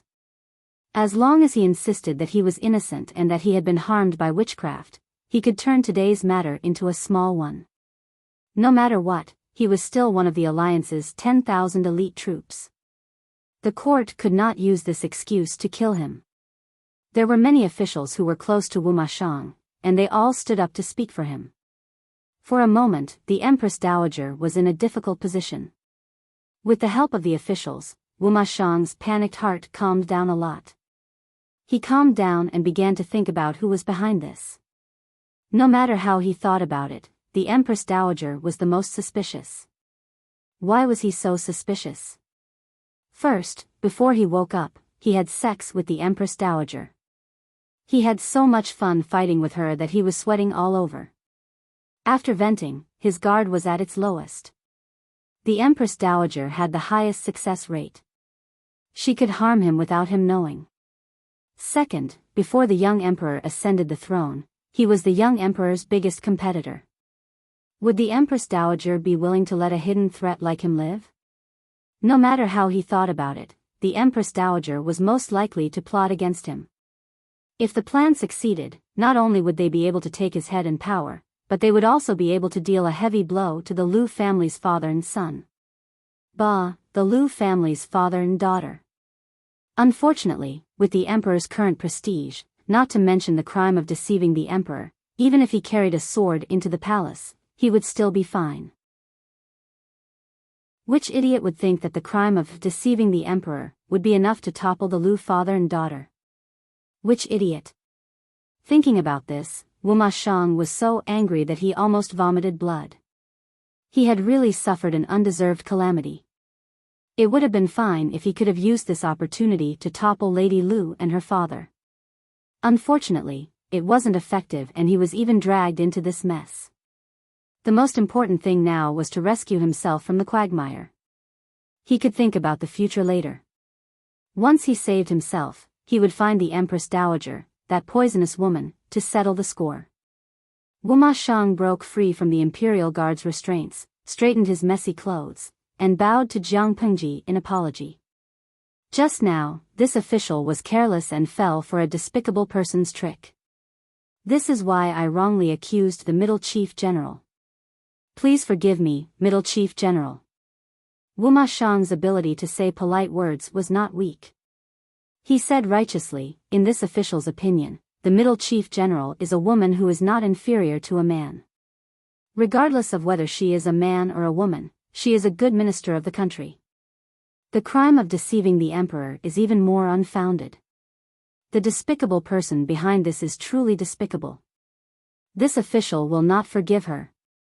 Jiang Pengji smiled and said, County Chief Wu Ma, you praise me too much. How can I be as good as the Middle Chief General? Wu Ma Shang waved his hand and smiled amiably. Don't be humble. In this official's opinion, having a daughter like this makes me envious of Liu Zhongqing's good fortune. If this official remembers correctly, I think it's time to call you the Middle Chief General instead of the Wanzhou Magistrate. You are so young, yet you are truly a heroine. Jiang Pengji said, not yet. I was just about to thank you, but Chief Wu Ma interrupted me. But you can't blame the chief. If you want to blame someone, blame the despicable person behind this. To think that they would bring such an evil method like witchcraft into the court. Fortunately, they did not cause too much damage. This official is ashamed. Wu Ma Shang climbed up the ladder and used this opportunity to clean himself up. Jiang Pengji accepted the position of Wanzhou Magistrate as she had wished. The viewers in the streaming room were a little disappointed. They had thought that Jiang Pengji would use this opportunity to kill Wu Ma Shang as well. Jiang Pengji replied with one sentence. Host V, there's no rush. Wu Ma Shang has now targeted the Emperor and the Empress Dowager. The Empress Dowager went for wool and came home shorn. No matter what, Wu Ma Shang was still the chief of Shanghai County. He had tens of thousands of troops under his command. He could secretly torture the mother and son to death. Jiang Pengji kept Wu Ma Shang alive because she wanted to use him to keep the young emperor and the Empress Dowager in check. At the same time, she could make Wu Ma Shang owe her a favor. Wu Ma Shang did not participate in the sales of the flashing bricks. She could use this opportunity to sell them at a high price and extort money from him. At that moment, someone in the audience suddenly remembered something. Diligent lazy woman, oh, I suddenly thought of something. The little emperor is so weak now. Does the host want to try holding the emperor hostage and ordering the nobles around? Just like Boss Chow, when his power reaches a certain stage, he can add 9 tin to himself, then he can establish a country and proclaim himself emperor. Holding the emperor hostage and ordering the nobles around? The viewers in the streaming room were as excited as if they had been injected with chicken blood. They all encouraged Jiang Pengji to give it a try. Of course, other than those who supported it, there were also many viewers who were not optimistic about the policy of holding the emperor hostage and ordering the nobles around. Yinuagia Zhuge Qinma, Boss Chow can hold the emperor hostage and ordering the nobles around. He needs the right conditions to implement this policy. The Han royal family has indeed declined, but there are still many loyal Han officials who are not completely disappointed in the Han royal family. For example, Sun Lingjun, who worked under Boss Chow. He has been an official for more than 30 years and has been receiving Han salaries. He is still loyal to the Han royal family and not Boss Chow. In the end, they fell out because Boss Chow wanted to go solo. With such a loyal Han official, it indirectly shows that the Han royal family still has a certain amount of deterrence to the nobles around the world. That's why Boss Chow holding the emperor hostage and ordering the nobles around would be effective. According to the Dongqing royal family, holding the emperor hostage and ordering the nobles around would not work. What does holding the emperor hostage and ordering the nobles around mean? In layman's terms, it's using the name of the emperor to issue orders, gather power, and have a good reason for doing so. The world is now divided into 5 parts. The emperor of Dongqing is not the only emperor, so there is insufficient centralization of power. In addition, Dongqing has only been established for a short period of time. The successive emperors have worn away the feelings that the talented scholars of Dongqing have for the royal family. As a result, the scholars of the world are far from loyal to the emperor. Under such circumstances, how many people will still be loyal to the Dongqing royal family? It can't be said that there are none, but there are only a handful of them. Who will really take the young emperor's orders seriously? As for the advantage of having a good reason for doing so, it's even more useless. The host has a bad temper. She can hit whoever she wants. She can casually come up with a reason to do so. Chapter 754. She had a good reason to do so. Her will was the most reasonable reason. To Jiang Pengji, the strategy of holding the emperor hostage to command the nobles was of little value. Not only would holding the young emperor hostage not bring her any benefits, but it would also become a burden to her. Therefore, even when the audience in the streaming room urged her to try holding the emperor hostage to command the nobles, Jiang Pengji was indifferent. Bogeo, are you all right? Jiang Pengji extended her hand in front of Huang Song. He stretched out his hand in a daze. She pulled him up with all her might. Thank you, Lanting. Huang Song let out a long sigh of relief. He was about to wipe his sweat when he realized that his sleeve was covered in blood. The urge to vomit that he had tried so hard to suppress surged up again. He hurriedly bowed in apology, turned around, and vomited again. This time, he didn't even have the stomach acid, only the unbearable retching. As for the fact that Jiang Pengji was a woman, Huang Song had completely forgotten about it. Or rather, he didn't have the energy to think about it. When the old woman had torn apart a few palace guards, Yang Jian had protected the young emperor with his own body. Now that he was safe, he rejoined the crowd of officials. Lu Zhongqing. Is that really your daughter? Yang Jian was a military officer. His rank was not on the same level as Lu Shi's. Taking advantage of the chaos, he took the opportunity to approach Lu Shi and ask. Lu Shi smiled calmly, but the moment he opened his mouth, he choked.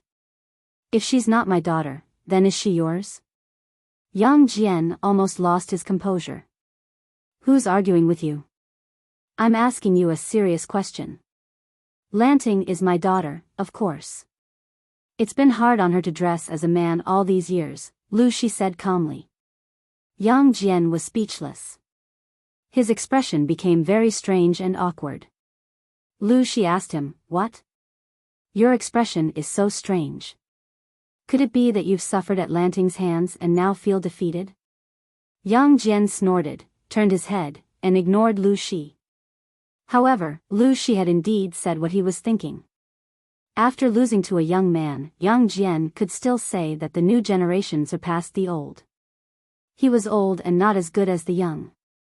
But now, he was told that the young man who had defeated him was a young girl.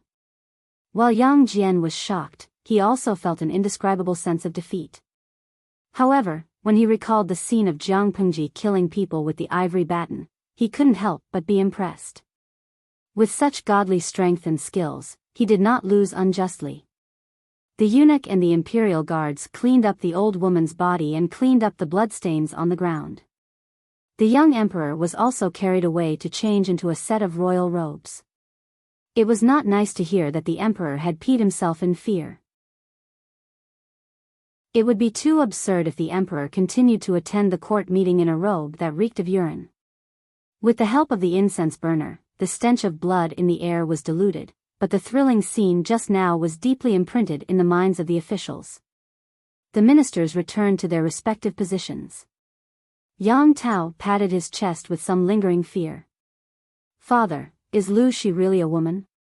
Yang Jian used the ivory bat in his hand to slightly cover his face. He tilted his head and said to Yang Tao, "Lu Zhongqing has already admitted to it. How can it be false?" Yang Tao widened his eyes in shock and nervously swallowed his saliva. He recalled Jiang Pengji's ruthlessness in killing people on the battlefield and found it hard to accept. It's hard to imagine. He was originally a brave man, but how did he become a woman in one day? Yang Jian's army had cooperated with Jiang Pengji before, and Yang Tao liked to play with swords and spears. He had always regarded Jiang Pengji as a brother and confidant. So what if he's a woman? Yang Jian glared at his useless son. It doesn't matter whether he's a man or a woman. What's important is that he's now the governor of Wanzhou.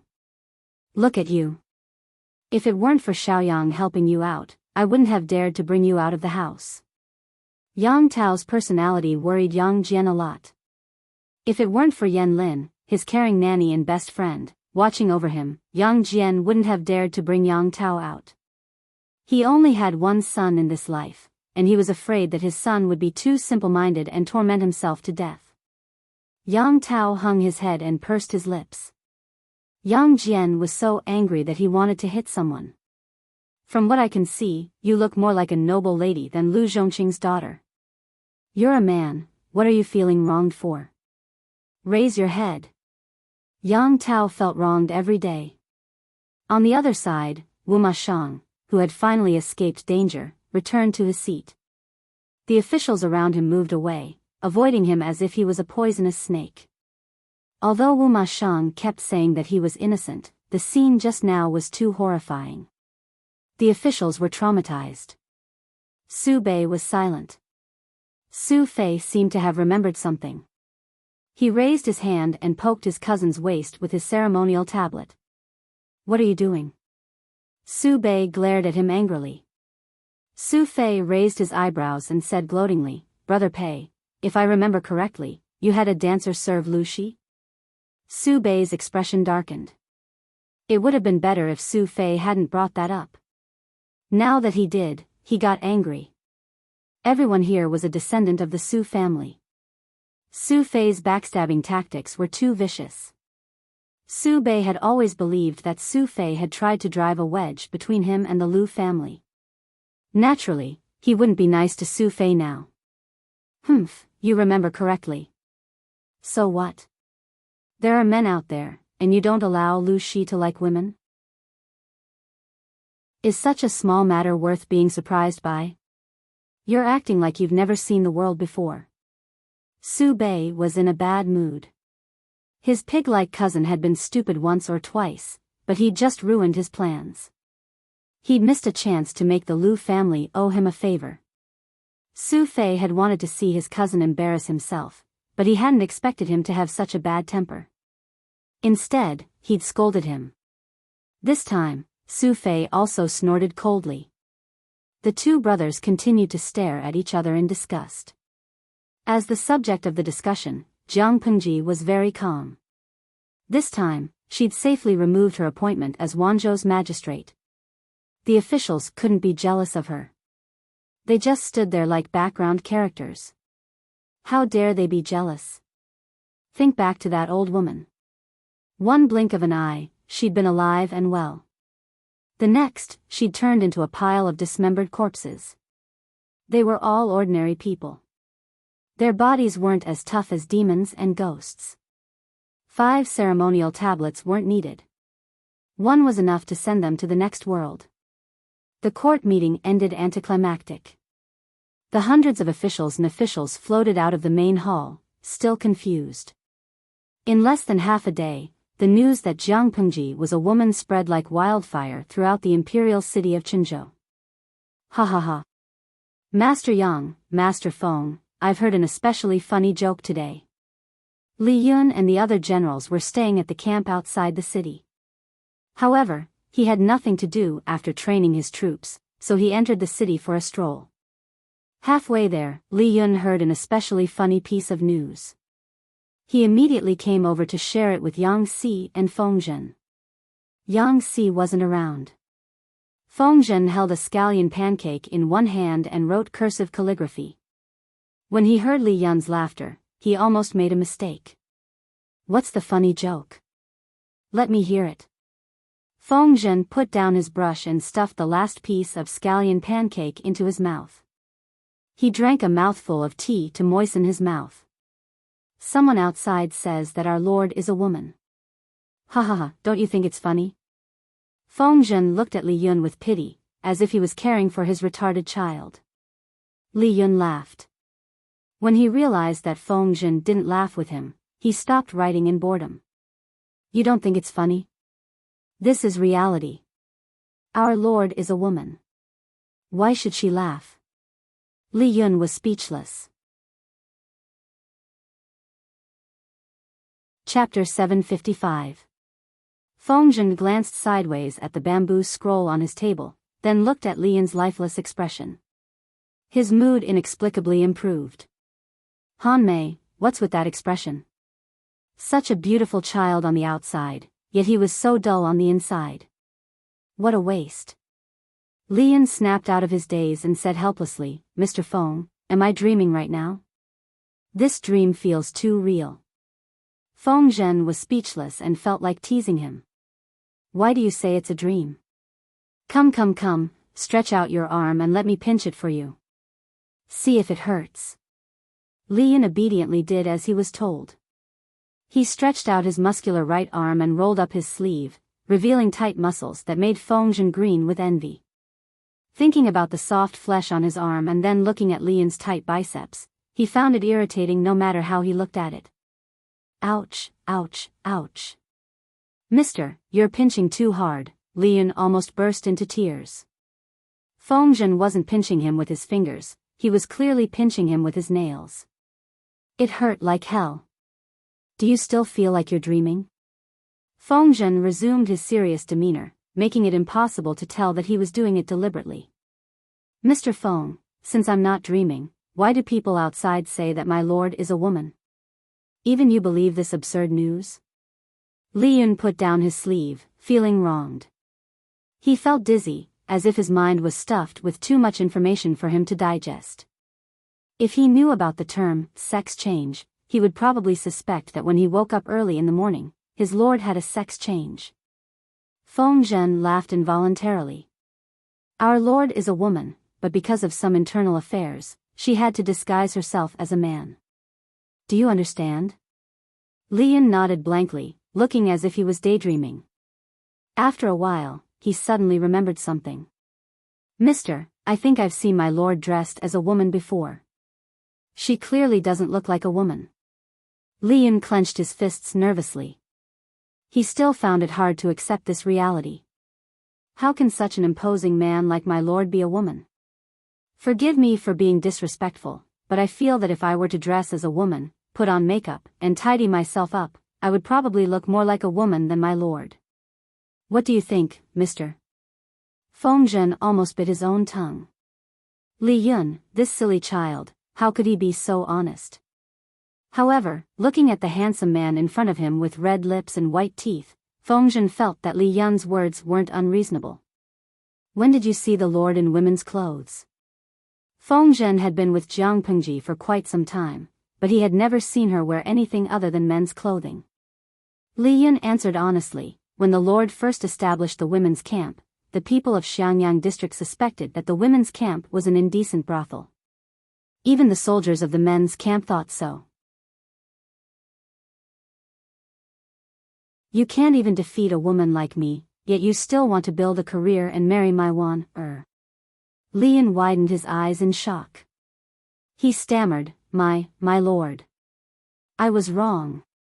Feng Zhen listened to their conversation. He held back his laughter until his cheeks hurt. Isn't the lord holding a grudge? She was threatening Lian with every word. If he can't defeat her, he can forget about marrying Shang Wanwan. If this isn't holding a grudge, then what is? Lian was quite pitiful to have such a lord. Lian floated back to the campsite outside the city. When he started practicing his spear in a daze, he suddenly remembered something. Shouldn't he continue to be shocked or suspect that his lord is a woman? Why did he come here to practice his spear? After thinking about it, Lian felt that he couldn't be the only one who was confused. Vice Commandant Dian, have you heard the rumors in the city? Dian Yen was a pragmatic person. He liked to practice by himself when he had nothing to do. He did more than he spoke. What rumors? Lian said, it's already spread throughout the imperial city. They say that our lord is a woman.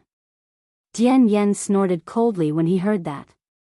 He threw the axes in his hands onto the ground. Which idiot dares to slander people like that? I'll chop him in half. Meng Han, who had just finished practicing, happened to walk over. When he heard that, he echoed, how can you believe such a ridiculous thing? Lian was speechless. What if it's true? Lian asked softly. Dian Wei and Meng Han were straightforward martial artists. It was easier to befriend honest people. Chapter 756. Meng Han said in a tiger's voice, Han Mei, if you have something to say, just say it. Don't beat around the bush. Lian said directly, our lord is really a woman. Meng Han raised his hand and touched Li Yun's forehead. He did not have a fever. I'm telling the truth. The lord has already admitted it. Li Yun gently pushed Meng Han's hand away. You don't believe me? Who would believe such a joke? Meng Han shook his head, and so did Dian Yen. Li Yun said, Deputy Commandant Dian has seen the lord in female attire. Have you forgotten that the lord single-handedly challenged the men's recruit camp? Dian Yen was stunned for a moment. He carefully tried to recall the relevant memories, and only after a while did he find a vague impression. Under the gaze of his two companions, he said, I can't remember anything else. I only remember that the female soldier was quite manly. Li Yun, please don't let master hear this. When Jiang Pengji revealed her true gender, not only were her subordinates in an uproar, but other forces were also discussing it. My lord is back. When Feng Zhu heard the report from outside, he hurriedly got up to greet her. He was shocked to find that his lord's image was exceptionally bad. My lord, what's with the blood all over your body? What happened in the morning assembly today? Feng Zhu was originally worried that Huang Song would be injured, but after taking a closer look, he heaved a sigh of relief. Apart from her pale face, there was nothing wrong with her. Huang Song raised his hand to wipe his face. When his fingertips touched the dried blood, the thrilling scene from before appeared in his mind again. His stomach felt uncomfortable again. He waved his hand and said in a low voice, I'm fine. Today's court session is a long story. I'll go to the backyard to wash up and change my clothes.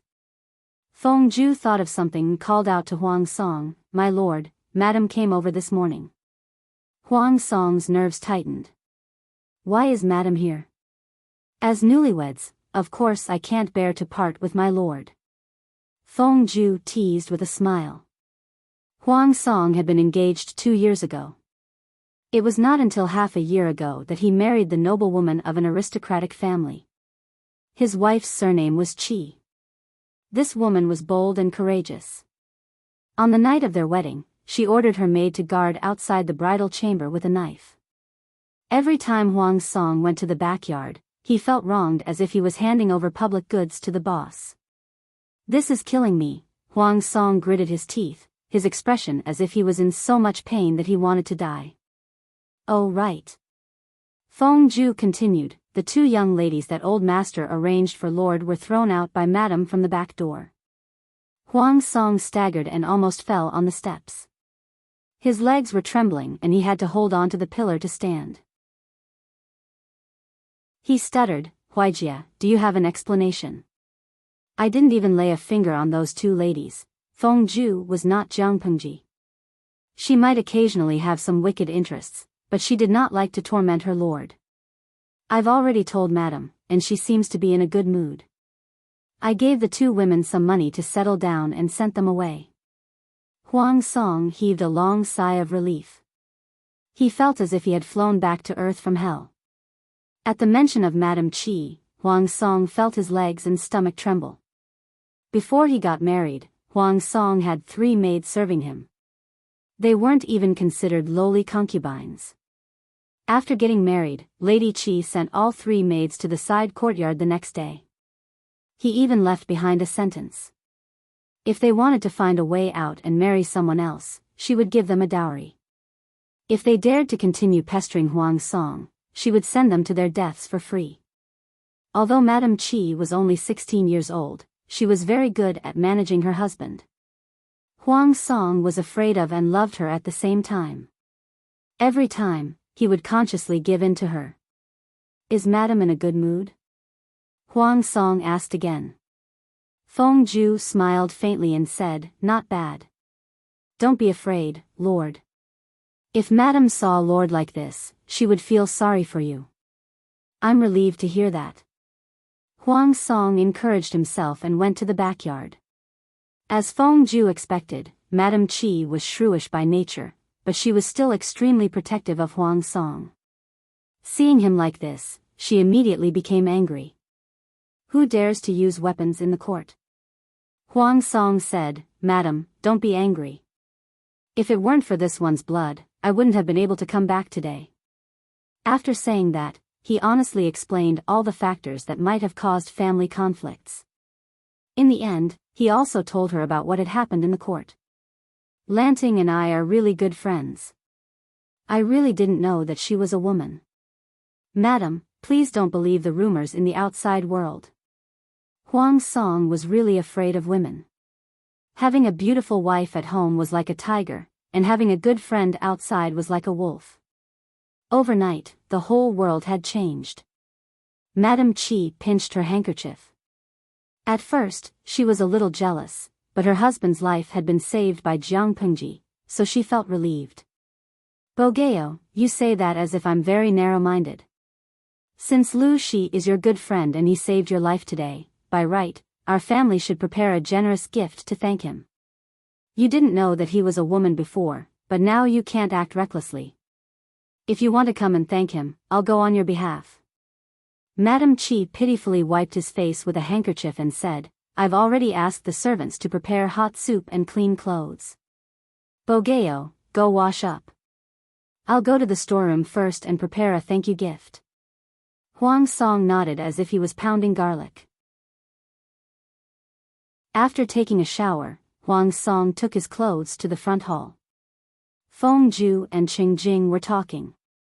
When Qing Jing saw Huang Song coming over, he hurriedly asked, "What happened in the morning court today?" "I heard from Huijia that someone started a war in the court." Huang Song nodded and said with a wretched expression, "I didn't look at the almanac when I went out today. I was almost implicated and killed."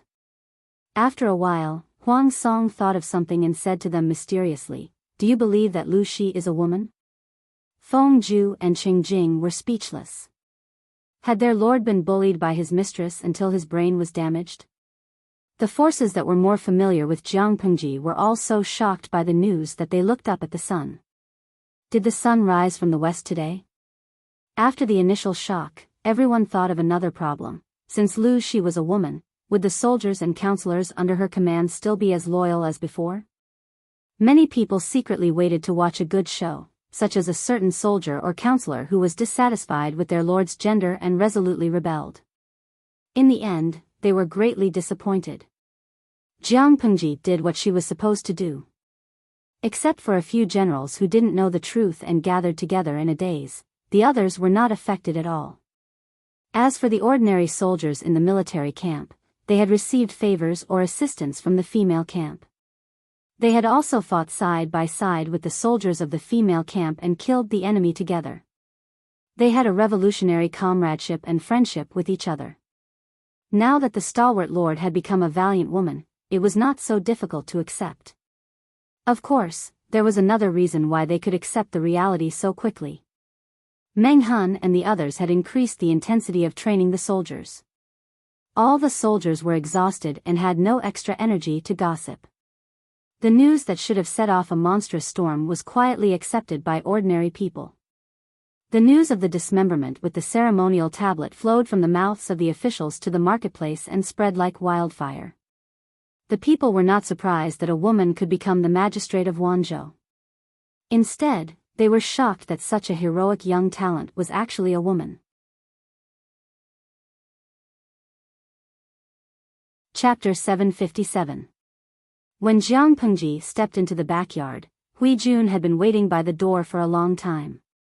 With a gentle and appropriate smile on her face, she knelt down and bowed respectfully. "Thank you for your hard work, Lang Jun. How was the court meeting today?" Hui Jun stood up and reached out to take the official's hat and ceremonial tablet that Jiang Pengji had taken off. Her gaze was gentle, like a pool of limpid spring water.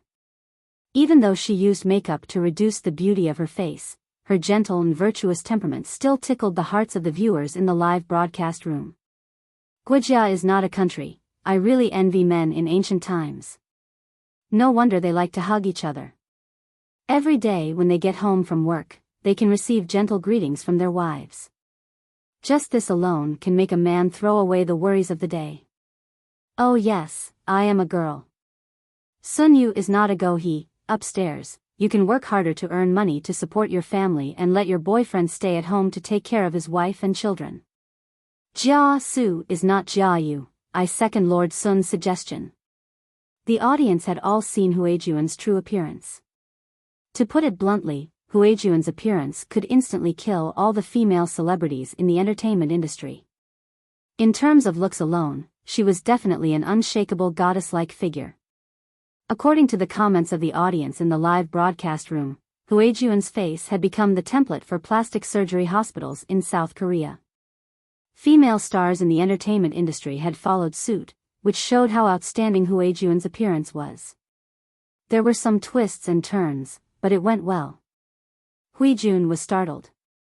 She lowered her head and asked, "Lang Jun, why must you restore your identity at this time?" Jiang Pengji explained, "This is an opportunity. The power isn't too great, and it can cause the world to object, but it's not small either, and it can be bullied and humiliated. If I wait until my forces continue to grow and reveal my true identity, it will undoubtedly cause the enemy forces to band together and attack me together." Huijuan's expression was gloomy as she rolled up her sleeves. "Your servant is ashamed that I was unable to continue helping Lang Jun." Jiang Pengji laughed and rubbed her hair. "Your previous life was too bitter.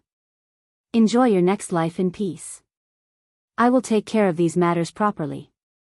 There is no need for you to continue sacrificing yourself." The honey trap was just an expedient measure. It was a fair deal between Jiang Pengji and Huijun. Now that the transaction had been settled, she could not push Huijun, who had already escaped from the pit of fire, back into it. "If you're bored, I'll assign you a mission when we get back to Wanzhou. That way, you won't have to work as a maid all day."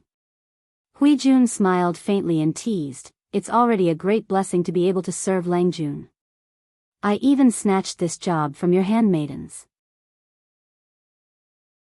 I didn't know I was so popular." Jiang Pengji secretly rolled her eyes and mocked herself. "There are many things that you don't know." Huijun followed a step behind Jiang Pengji. "By the way, since you've recovered your true identity, do you want to adjust your attire? I don't think it's a good idea to dress as a man all the time. Oh, prepare a few sets of women's clothing. Something simple and plain will do." Whether it was men's or women's clothing, Jiang Pengji did not have a preference, as long as it was convenient for her to move around. Huijun was already prepared. She brought out a plate from the back hall with 2 sets of women's clothing stacked on top of it. "I made this in my spare time. Why don't you try it and see how big it is? When Jiang Pengji saw the style and size of the clothes, she knew that Hui Jun had specially made them for her. Okay. Fortunately, there was not much difference between men's and women's clothing in ancient times. It was Jiang Pengji's first time wearing women's clothing, so she was not at a loss. She untied the heavy white cloth that was wrapped around her chest and released her long-suppressed cleavage. She took a deep breath and felt that the air was fresh. Jiang Pengji looked down and muttered, "It's wise to recover my identity now. Otherwise, I'll suffocate to death one day."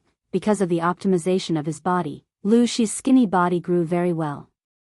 Not only was he tall, but his cleavage was also developing well. Hui Jun was very well prepared.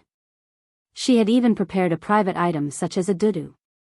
Jiang Pengji raised her hand and massaged her cleavage, which was rarely relaxed. It seemed that it was necessary to play with her bra. After all, she could not treat herself badly. Not long after, Jiang Pengji was dressed neatly. "It looks a little weird," she tugged at her sleeves. The overall color of the women's clothing was green. It was not too lively, but it did not look too old-fashioned either. It was just that there was a strange feeling of a boss in women's clothing. Looking at Jiang Pengji's attire, Hui Jun, who was waiting outside, laughed out loud. "Lang Jun, you haven't changed your hairstyle." Naturally, it was awkward to wear a woman's attire while wearing a man's hairstyle. Jiang Pengji had been in this world for so many years, but she could only comb her hair into a ponytail. Naturally, she had to let others help her with her hairstyle. Hui Jun did not help her comb her hair into a luxurious and complicated hairstyle. Instead, she chose the most common hairstyle. Other than that, there were no additional accessories. Not to mention a hawksbill hairpin or a buyao, she did not even wear a woman's dress. She did not wear any exquisite jewelry. It's too plain and clean. Even the maidservants who serve you wear one or two plain silver hairpins. As Hui Jun spoke, she raised her hand to help Jiang Pengji fix the shape of her brows. She looked less fierce and more gentle. Jiang Pengji closed her eyes and allowed Hui Jun to move around on her face. But Lang Jun is not suitable for those luxurious decorations. Lang Jun is different from those women who like to look good. She wanted to choose a pair of pearl earrings for Jiang Pengji to wear, but in the end, she helplessly realized that Jiang Pengji did not have piercings. Jiang Pengji opened her eyes and looked at the heroic girl in the bronze mirror. The corners of her mouth twitched. Finally, she did not have the weird feeling of being a boss in women's clothing. Lang Jun's lips are a little pale. A little rouge will make them look better. That's good. Jiang Pengji opened the streaming room. 150,000 viewers swarmed in. Then, Mei Ernyang, where's the streamer? Where did the streamer go? Wither into dust, something big has happened. The streamer is missing. The viewers in the streaming room subconsciously looked for the familiar figure of the young man. They were shocked to find that the streamer was not in the streaming room. Huan Zixingchen, wait, the lady beside Miss Hui Jun. Is she the streamer? Everyone stared at Jiang Pengji's face carefully. It was indeed the streamer's face. Mo Lingyin, after following the streaming for so many years, I finally see the streamer in women's clothing. I feel like I have no regrets in this life. House Han Xianshui, I thought I would see the King Kong Barbie Neza version of the streamer. I didn't expect her to be so pretty. Jiang Pengji did not look like a man. It was just that her appearance was more heroic. When she wore women's clothing and combed her hair into a bun, no one would suspect that she was a man. In a split second, the bullet screen of the entire streaming room was filled with exclamation marks and horrified emojis. The corner of Jiang Pengji's eye twitched. Only then did she resist the urge to forcibly close the streaming room. Hui Jun, do you think I will scare people if I go out like this? Hui Jun covered her lips and smiled faintly. Lang Jun, you look suave and elegant in men's clothing. You look heroic in women's clothing. How will you scare people?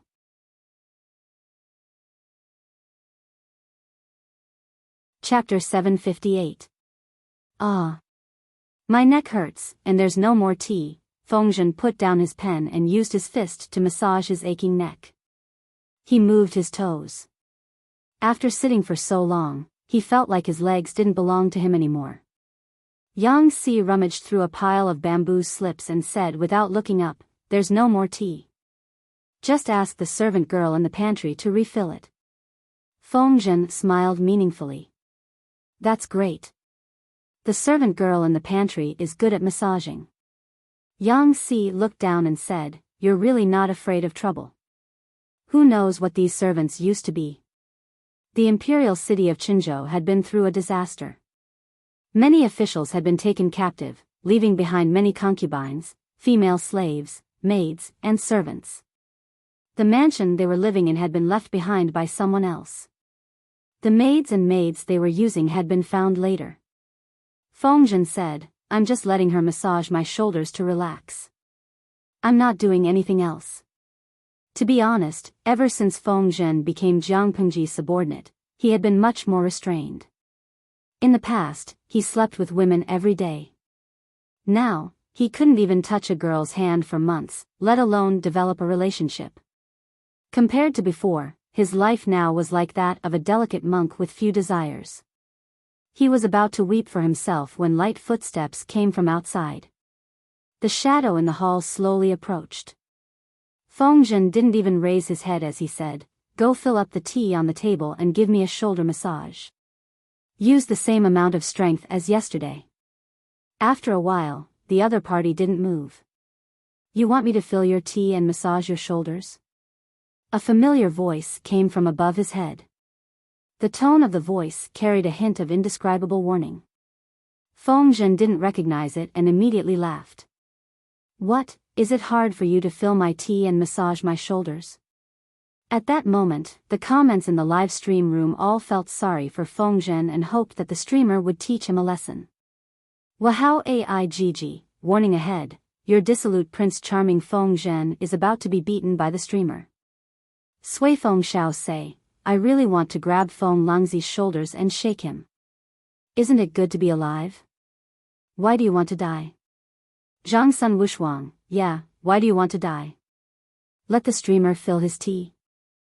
I think the streamer will pinch his chin and pour the whole pot of hot water down his throat. Let the host massage his shoulders. No, was he sure he wouldn't break his collarbone?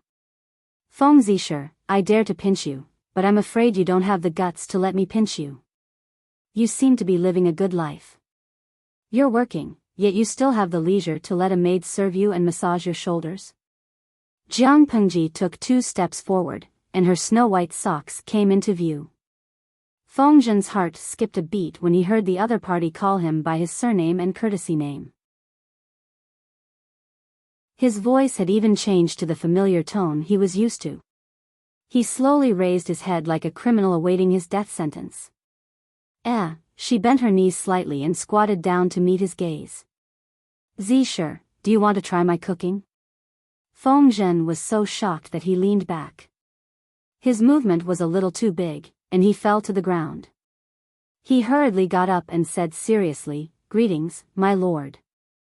Jiang Pengji smiled and asked him, You haven't answered my question.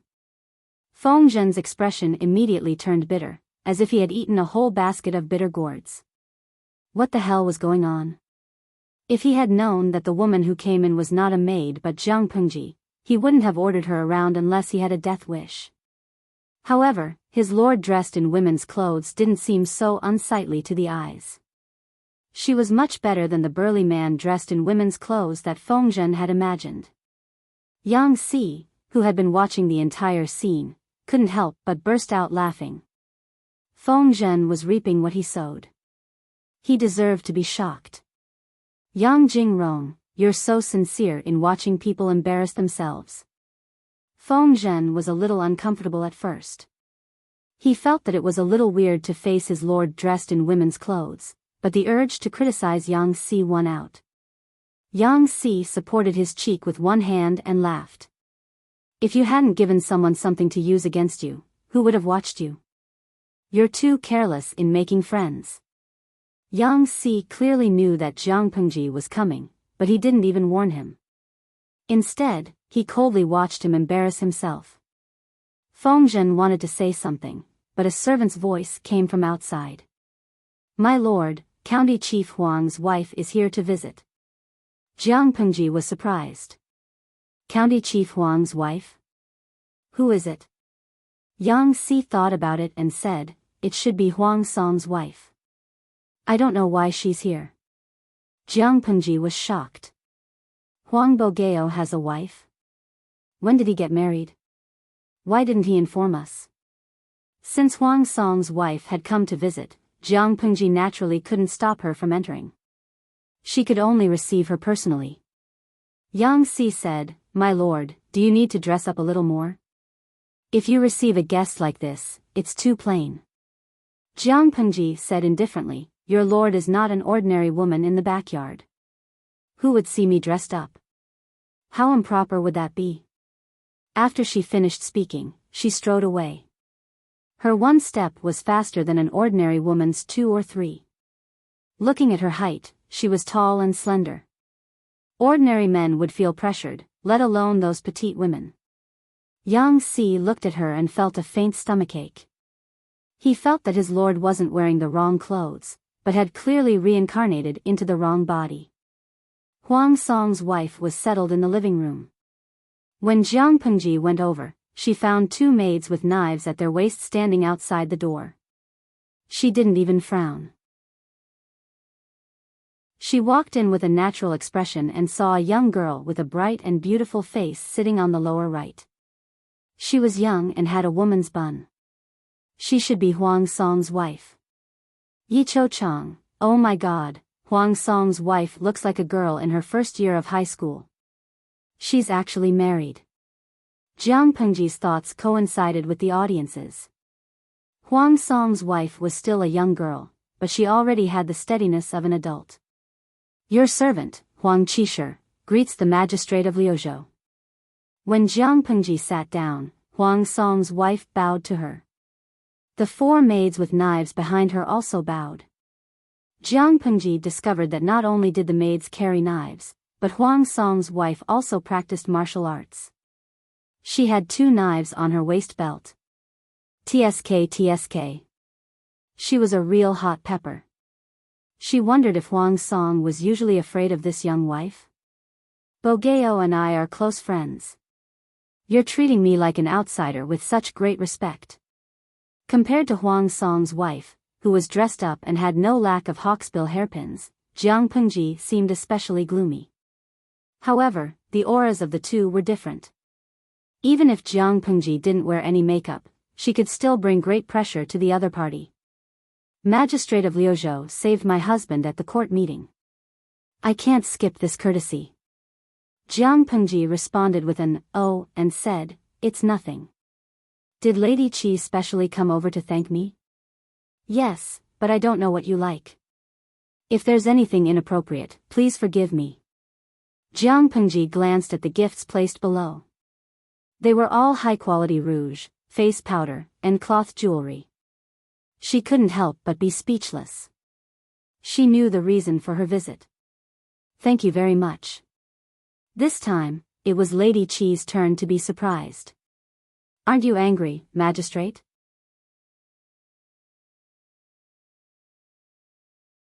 Chapter 759. Lady Qi's face was full of admiration. She said sincerely, "Governor, you're really not an ordinary woman." "You're not an ordinary woman either." Jiang Pengji lowered her eyelids and glanced at the pile of gifts. She then glanced at the maids with knives behind Lady Qi. The audience in the streaming room was dumbfounded. Even through the screen, they could still feel that the atmosphere in the picture was a little strange. Yuetong, well. Can anyone tell me what Huang Song's lowly wife means? I feel like my IQ is not enough. If it was a mockery, her gift of rouge and jewelry would not cause the streamer any trouble. If it was a show of goodwill, I feel a little strange. If it were other women, giving rouge, face powder, and cloth jewelry would certainly not be so out of place. However, if it were Jiang Pengji, even the dullest audience would feel that something was wrong. Rouge, face powder, cloth jewelry. These things that girls like seem to be very different from the streamer's style. Chilha Rimadu, haha, maybe she's jealous? Think about it.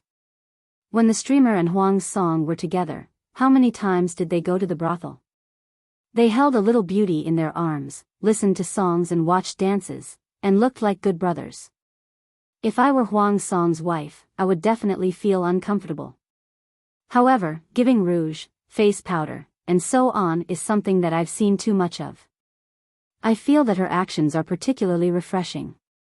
Many people think that this is just a girl's jealousy. It's not a big deal at all. However, there are still many viewers who disagree.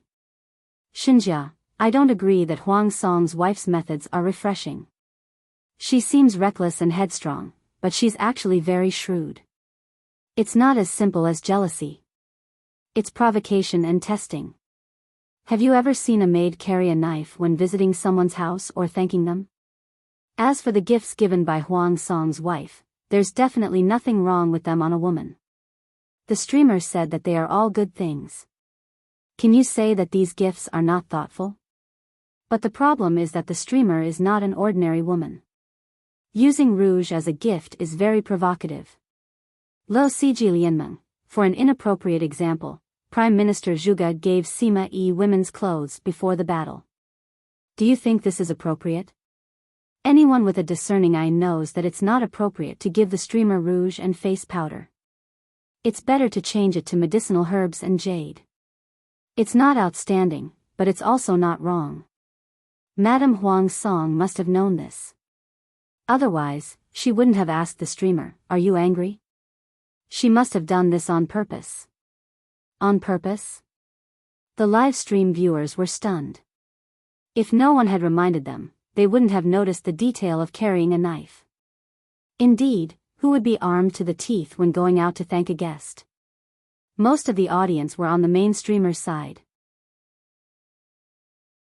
They would subconsciously protect Jiang Pengji's interests.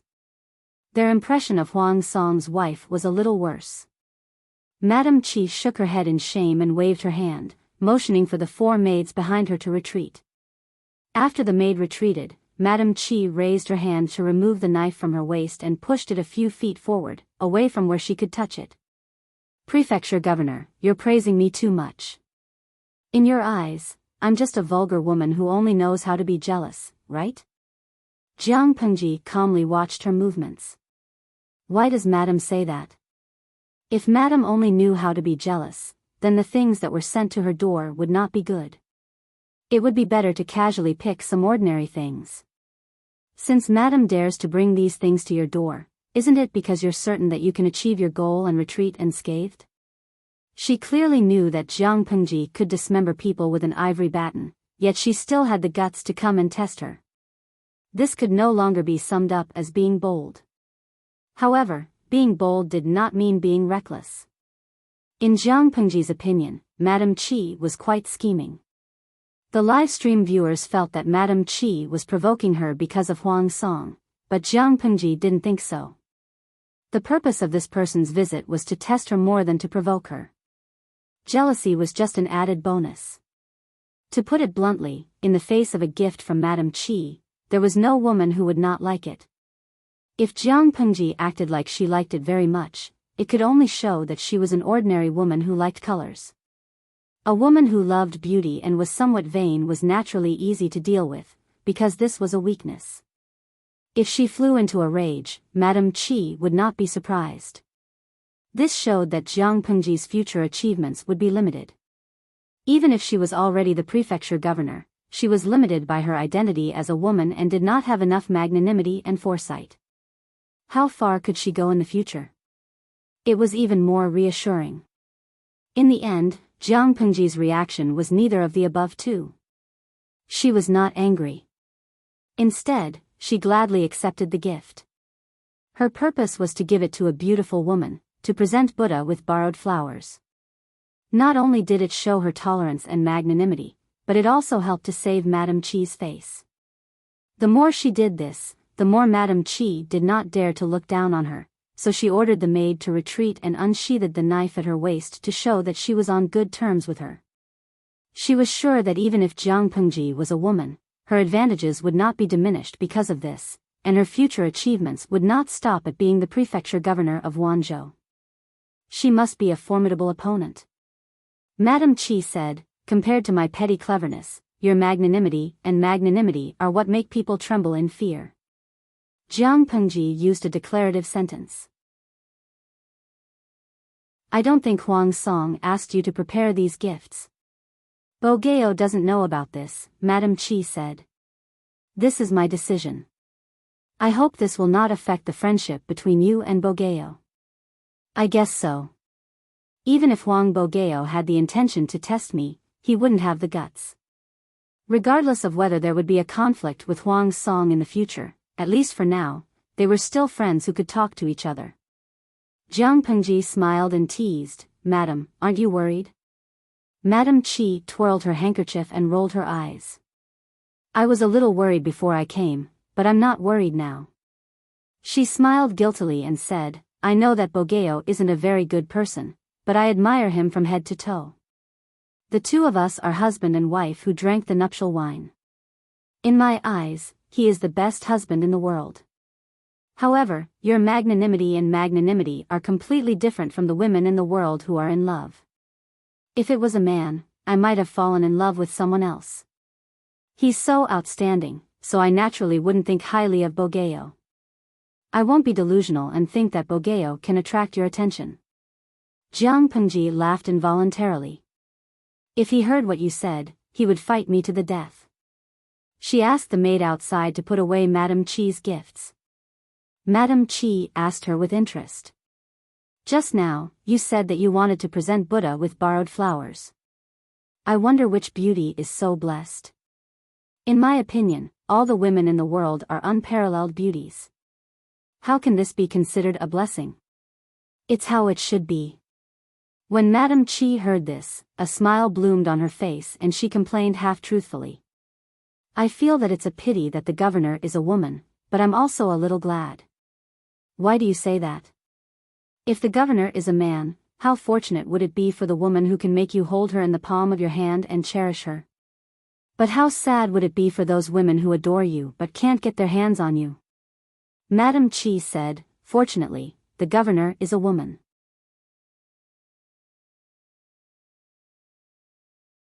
Chapter 760.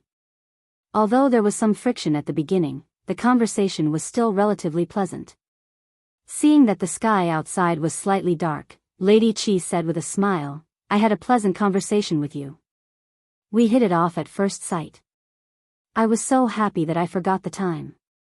If I delay any longer, I'm afraid I'll delay your official business. If there's nothing else, I'll take my leave first. Please do as you please, my lady. The security in the city is unstable now. If anything goes wrong on the way, I won't be able to explain it to Bo Gao. Jiang Pengji arranged for someone to escort Lady Qi back. Huang Bo Gao is really lucky to have a good wife.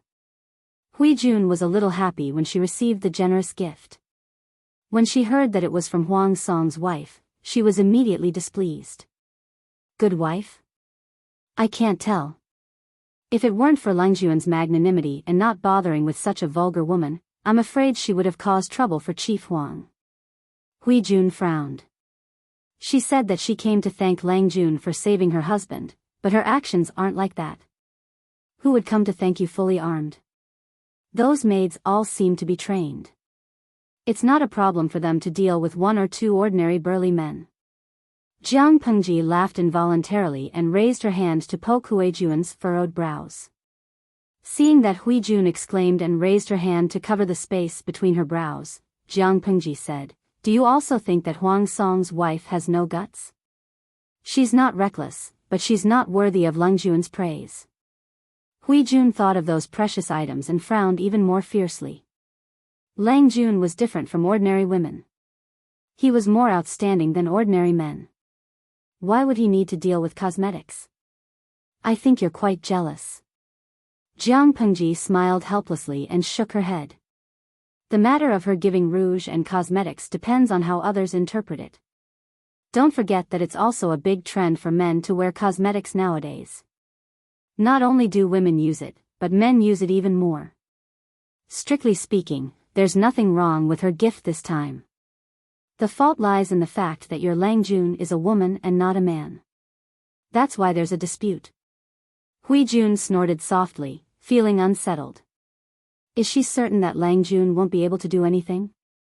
What else? Jiang Pengji said, if I were to go against the grain and insist that she gave me rouge and cosmetics to humiliate me, wouldn't that mean that I also mind my identity as a daughter? Otherwise, why would he be so angry? What's more, according to the current fashion, even men giving each other cosmetics was considered elegant, let alone this matter. If I get angry, I'll just be a joke to the people outside. This was the best way to deal with it. I still don't like her, Huijun said. I'm angry. She is Huang Song's wife. Naturally, she will protect Huang Song for free. Jiang Pengji smiled. You are my family. Naturally, you will protect me. Let's go and see what good things Madame Qi has sent. If the goods aren't good enough, I'll blackmail Huang Song for some. This matter quickly reached the ears of Feng Zhen and Yang Si. A visitor with a knife. Who on earth is this Madame Qi? How dare she be so bold?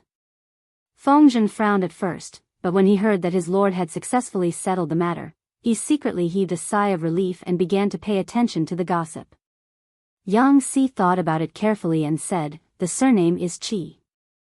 Could it be the Qi family whose ancestors had 2 military officers? The Grand Commandant was in charge of martial arts.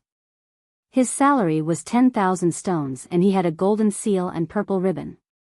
The Qi family was a martial family. During the Great Xia dynasty, they had produced 2 military officers in a row. At the end of the Great Xia dynasty, the Qi family was dragged into the battle for the throne. They lost by a single move, and the entire family was liquidated by the new emperor. The Qi family decisively cut off their tail to protect themselves. Although their vitality was greatly damaged, at least their legacy was not broken. However, it was said that the Qi family had few descendants in the past 2 generations. It was a little difficult to pass on their legacy. Feng Zhen rolled up his sleeves and sighed. Who knows? If she's really a woman from the Qi family, it's not surprising that she did this. Yang Si lit the oil lamps in the hall and added 2 more lamps to his table so that he wouldn't have to spend too much effort reading official documents. Huang Song is really lucky. Yang Si took out a roll of bamboo slips. It's a pity that our Lord can't take this shortcut. Others could use marriage to strengthen themselves, but their Lord was a woman. If she wanted to do this, she could only let someone marry into her family. Was it something that decent people would be willing to do? Even if it was an ordinary family, as long as they didn't starve to death, they wouldn't easily marry into their family. Although their lord had done very well, her identity as a woman was still a shortcoming. Therefore, she needed to do her best to smooth out the injustice. Fairness was never given out by outsiders. One could only rely on oneself to fight for it. Feng Zhen twirled the beard that he had just begun to grow. She doesn't need it either. She had been able to go from poverty to where she was now without relying on Lu Shi. Now that she had restored her original form and was in control of Wanzhou, how could it be more difficult than before? Elsewhere, Huang Song happened to find out by chance that his lady had prepared a thank-you gift for Jiang Pengji. He was instantly scared out of his wits. Gift of rouge, face powder, cloth jewelry? Huang Song restrained himself again and again before he managed to suppress the urge to lift the person up by the collar. Was this the lady's own idea, or was it instigated by you wicked servants? How could the servants dare to say that they had instigated it? The entire backyard was Lady Qi's world. Not to mention Huang Song, the male master, the other servants were so disciplined that they didn't dare to say anything. Yes, it was the lady's own decision. Huang Song was like a deflated doll. He felt like his whole body was about to go limp. All of you can leave. Just as he was about to send them out, he remembered something and called them back. How long has the lady been out? It's been about 4 hours. 4 hours? Huang Song looked at the sky, which was almost completely dark. His face suddenly darkened. The lady hasn't returned yet? The servant replied, she hasn't returned yet. Huang Song was anxious and said, prepare the horse immediately. He was quite confident in Zhang Pengji. She was magnanimous. He also had confidence in his lady. Although she had a temper, she wouldn't go overboard. However, if the two of them were to meet, Huang Song wouldn't have the slightest bit of confidence. The coachman had just brought the horse over. Before Huang Song could mount the horse, Lady Qi's carriage had already leisurely stopped in front of the door. Madam, are you all right? Huang Song hurriedly went up to greet her. What can happen to me? The governor of Liuzhou isn't a jackal. He won't eat me. Lady Qi glanced at him as if she was rebuking him. Her young and beautiful face had a hint of sharpness. I'm afraid that you'll hurt each other. Huang Song swallowed his words and said, I'm worried about the lady. Lanting's temperament has always been difficult to understand. When I heard that you sent a pile of rouge and face powder just now, I almost broke out in a sweat. Lady Qi rolled her eyes at Huang Song. I'm not giving her a menstrual band. It's just some high-quality rouge and face powder. Both men and women can use it, and it doesn't violate any taboo. If she accepts it magnanimously, not only will it help both parties maintain their dignity, but it will also become a good story. If outsiders know about it, at most they'll say that I'm a petty woman and praise her for being magnanimous and extraordinary. If she even cares about this, it shows how broad-minded she is. A narrow-minded woman, no matter what her starting point was now, would have a very difficult time in the future. As long as Zhang Pengji wasn't stupid, she would definitely not make the wrong move. Huang Song was choked and speechless.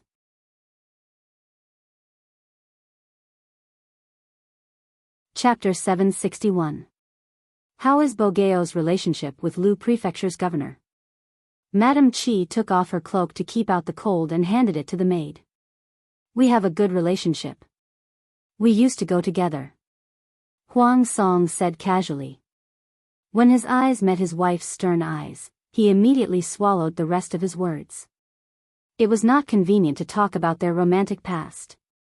Anyway, we have a good personal relationship.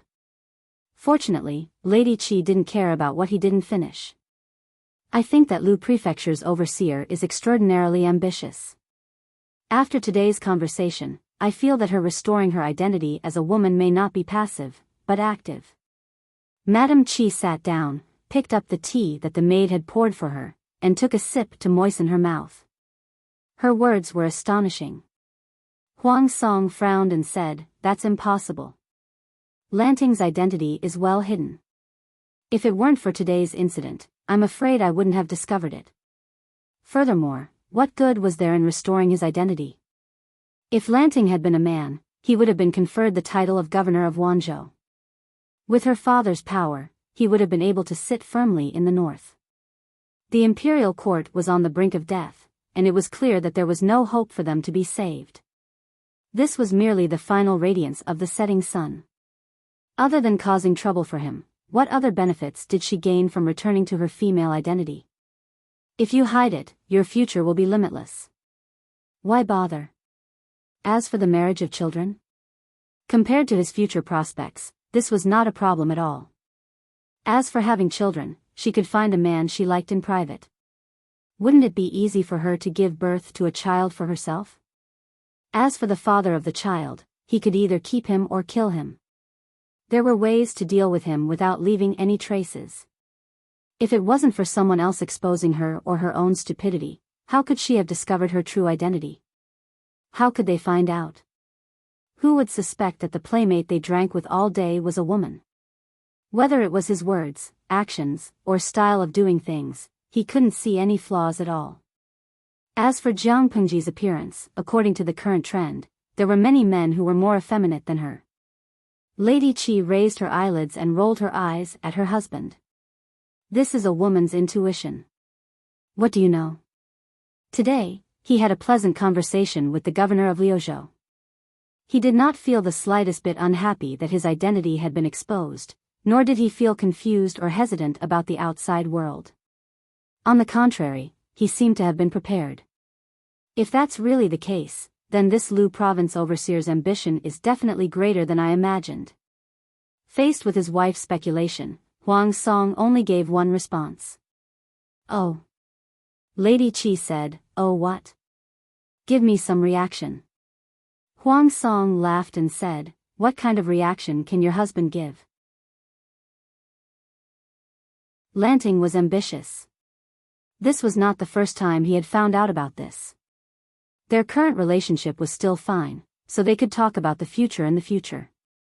I can't cut ties with Lanting just because she's too ambitious, right? Madame Qi said, even so, you have to be prepared. You have to keep an eye on Haozhou.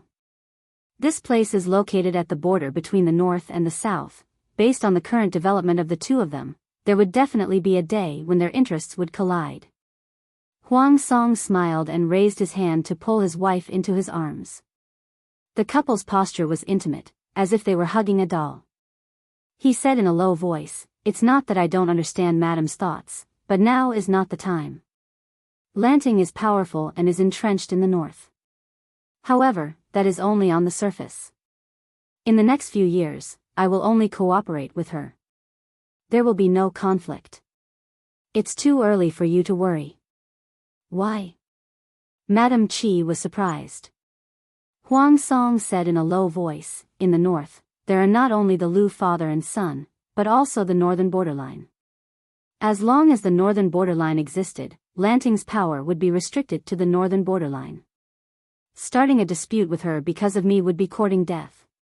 She will peacefully develop to the north, and I will develop from the north to the south. We will form an alliance and not interfere with each other. When she deals with the northern borderline, we will be completely at odds with each other. Do you understand? Personal friendship was personal, and official business was official business. Not only did Jiang Pengji see it clearly, but Huang Song also understood it. United, they were friends. Divided, they were enemies. Whether they were enemies or friends depended on their standpoint. Originally, I thought that Lanting's chances of winning against the forces of the northern borderline were not high. Now that I look at it, I feel that the chances are 50-50. Huang Song lowered his eyes slightly and said, in terms of magnanimity alone, there are very few in the world who can surpass her. Unfortunately, she is not a man. Madame Qi raised her hand and pinched the soft flesh on his waist. She bared her canine teeth and said, what's wrong with being a woman? Can't women do big things? Madam, I didn't mean that. It hurts, it hurts. Let go. My flesh is about to turn purple, Huang Song begged for mercy repeatedly. Madame Qi only let go after a while. Then do you hope that she can win against the northern borderline? The northern borderline is an outsider. How many innocent people have been slaughtered? Naturally, I hope that Lanting can win. If she is unable to do so, I will definitely do my best to help her. Huang Song secretly sucked in a breath of cold air and rubbed the area pitifully. Madame Qi's grip was still so strong. Women were really not to be trifled with. As he rubbed, he complained, sigh, Madame has caused unnecessary trouble this time. I will have to spend some of my private money again. Madame Qi's ears pricked up. Are you saying that I have caused unnecessary trouble for you? Huang Song bit her earlobe and said with a smile, if you had given me something else, others would only think that I have a good personal relationship with Lanting. It would be normal for Madame to visit and thank me. But now, I have given her rouge and face powder. Even if Lanting doesn't mind, it is difficult to guarantee that outsiders will not maliciously gossip and drive a wedge between us. To be safe, I have to personally visit her tomorrow and give her a double gift. I have to be serious. Madame Qi pouted but did not say anything. Huang Song continued. Otherwise, if others deliberately humiliate Lanting in the future and ask the lady of the inner house to step in for everything, guess what will happen? Not only will she deal with those people, but she will also deal with your husband. Just in case, I will spend money to avert disaster. It had to be said that Huang Song still had some understanding of Jiang Pengji. Madam Qi said, "That's fine. I will go to the storeroom again and pick some good ones." The couple had not seen each other for a long time, and it was far better than being newlyweds. That night, they were inseparable. As soon as they stopped, the flustered voice of the maid came from outside. At the same time, Jiang Pengji, who was about to rest, also received similar news. The corpse is gone. Jiang Pengji wore a cloak to ward off the cold and held a roll of bamboo slips in her hand. The servant who was reporting to her turned pale. The servant trembled and said, "Yes, I heard that a gust of demonic wind blew past and the remains of the corpse disappeared. His lord was the main force in killing the demon. It was difficult to guarantee that the demon would not cause trouble for his lord after it was resurrected." Thinking that there would be a demon secretly watching the mansion, the servant's face turned ashen. "If it's gone, then it's gone. Is there a need to make such a fuss?" Jiang Pengji waved her hand to dismiss the servant. Looking at the light on the lamp, Jiang Pengji reached out and teased the flame. "It has been killed 3 times and resurrected 3 times. I suppose that part of the popularity points stored in the system have been consumed," she muttered in a low voice, her eyes filled with a cold light.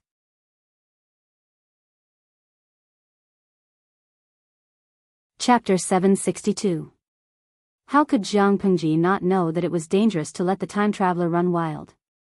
As long as the hidden danger was not eliminated, not only would Jiang Pengji face the danger of being assassinated, but the people around her could also be implicated.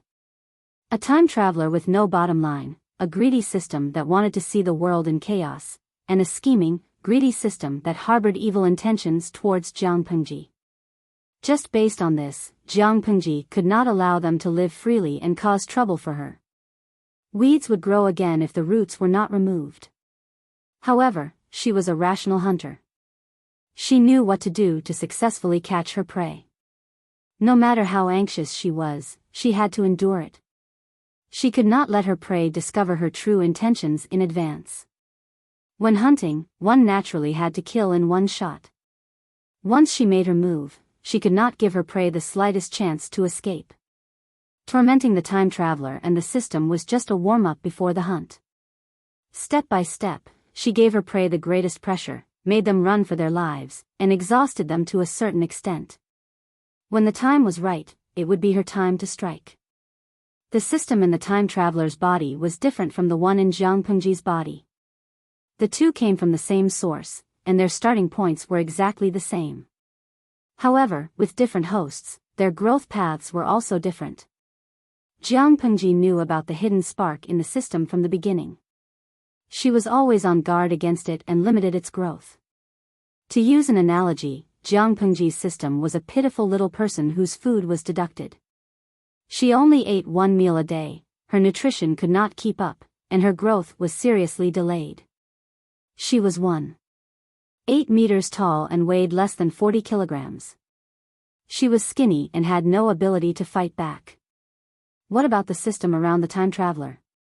Under the guidance of the system, the time traveler started a live stream. For the reward given by the system, the time traveler's bottom line became lower and lower. In the end, she did not even have a bottom line. With such a hard-working and willing host, how could the system earn less points of popularity?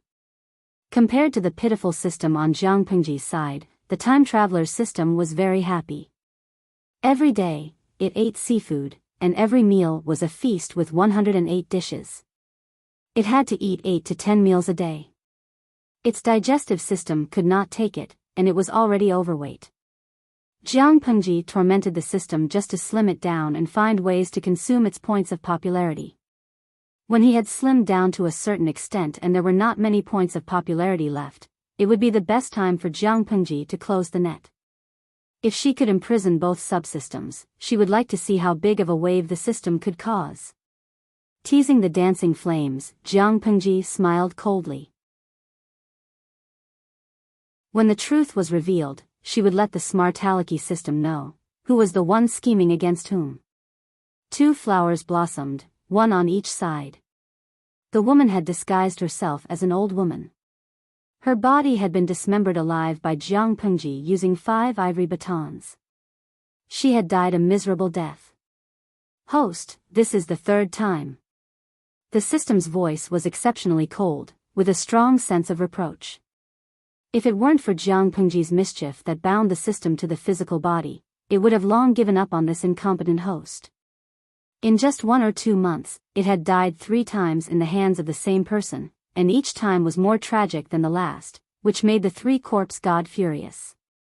The old woman's soul was pulled into the system space by the system and restored to the appearance of the beautiful woman in the red dress. Her face was extremely pale, and her eyes were still filled with panic and fear that hadn't dissipated.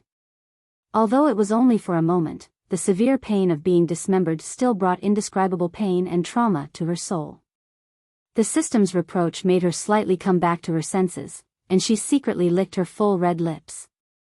Because of the system's guidance, she never thought that she was controlled by the system. What was the system? What was the host? Just from the word itself, it was obvious who was in the dominant position. In her mind, the system was just a string of data. In the past, the woman in the red dress could tolerate the system's criticism because of their common interests. Now that she had suffered setbacks one after another, she was also annoyed. The 3rd time is the 3rd time. Who gave me the rotten idea? System, you said that exposing Lu Shi's identity as a woman would teach her a lesson. Now that it failed, you put all the blame on me. Who do you think you are? You're just data that isn't even a person. Don't put on airs in front of me. If you continue to provoke me, I'll go on strike now. Find another host if you can. The woman in the red dress was so angry that she said these words out of anger. She didn't know that her angry words just hit the system's sore spot. F***ck, if I could change the host, why would I still argue with this idiot here? At first, the system chose the woman in the red dress as its host because it saw that she was easy to control. She had the intelligence of an ordinary person, was a little greedy, liked to reap without sowing, had a lot of unrealistic daydreams in her head, was vain, bullied the weak and feared the strong. The system liked this kind of host the most. She wasn't too stupid, but she wasn't smart either. She had weaknesses that could be easily controlled and made her the most obedient puppet. Now, it seemed that she was too stupid. She was incompetent, and even with the system's help, she was still beaten half to death by Jiang Pengji. The system was not afraid of this host at all. It had cooperated with her for more than 20 years and knew her true colors too well. It sneered, "Host, according to the original contract, you can unilaterally go on strike at will. Aren't you afraid of electric shock punishment or obliteration?" When the woman in the red dress heard the words, electric shock punishment, and obliteration, her body subconsciously trembled. I haven't done anything wrong now. What right do you have to obliterate me? For the woman in the red dress, nothing was more powerful than this threat. No one knew that she wasn't like this in the beginning. As a small online streamer who accidentally traveled to a strange and different world and had a powerful live streaming system in her head, she seemed like the standard for a female lead in a romance drama. The system's behavior was also similar to that of a novel. She became more and more convinced that she was extraordinary. At first, the system used its own tasks to test her bottom line and make her do things she didn't want to do. She was also unhappy. It was just a system, but it wanted to control her. Who was the host, and who was the obedient servant? She completed 2 tasks and tasted the sweetness. She resisted the 3rd task, and the system judged her failure. The price of failure was a 2nd-level electric shock punishment. She didn't dare to recall that painful feeling after experiencing it once. On one hand, there was the generous reward for completing the task, and on the other hand, there was the painful punishment for failing the task. She cleverly chose the former. Even if the tasks issued by the system made her frown and made her feel uneasy, she still worked hard to complete the tasks when she thought of her own interests. As long as she was well, what did the life and death of other people have to do with her? When her streamer level reached the top, she would be able to travel back to this world with her gains from all these years. This world would have nothing to do with her. It was a little like, after I die, who cares about the flood?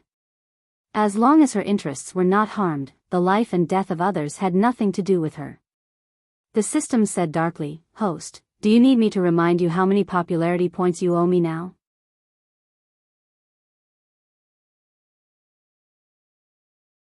Chapter 763. Although the debtor was the boss, this did not apply to the system. Not only did the system control the debt, but it also controlled the life of the woman in red. "Host, let me remind you again. You were the one who first proposed to expose Lu Shi's identity. You also thought that the crime of deceiving the emperor could bring down the father and daughter. You're just telling me your thoughts, and then you want me to be a follower and push the blame onto me." The system was not without a temper. It had failed again and again.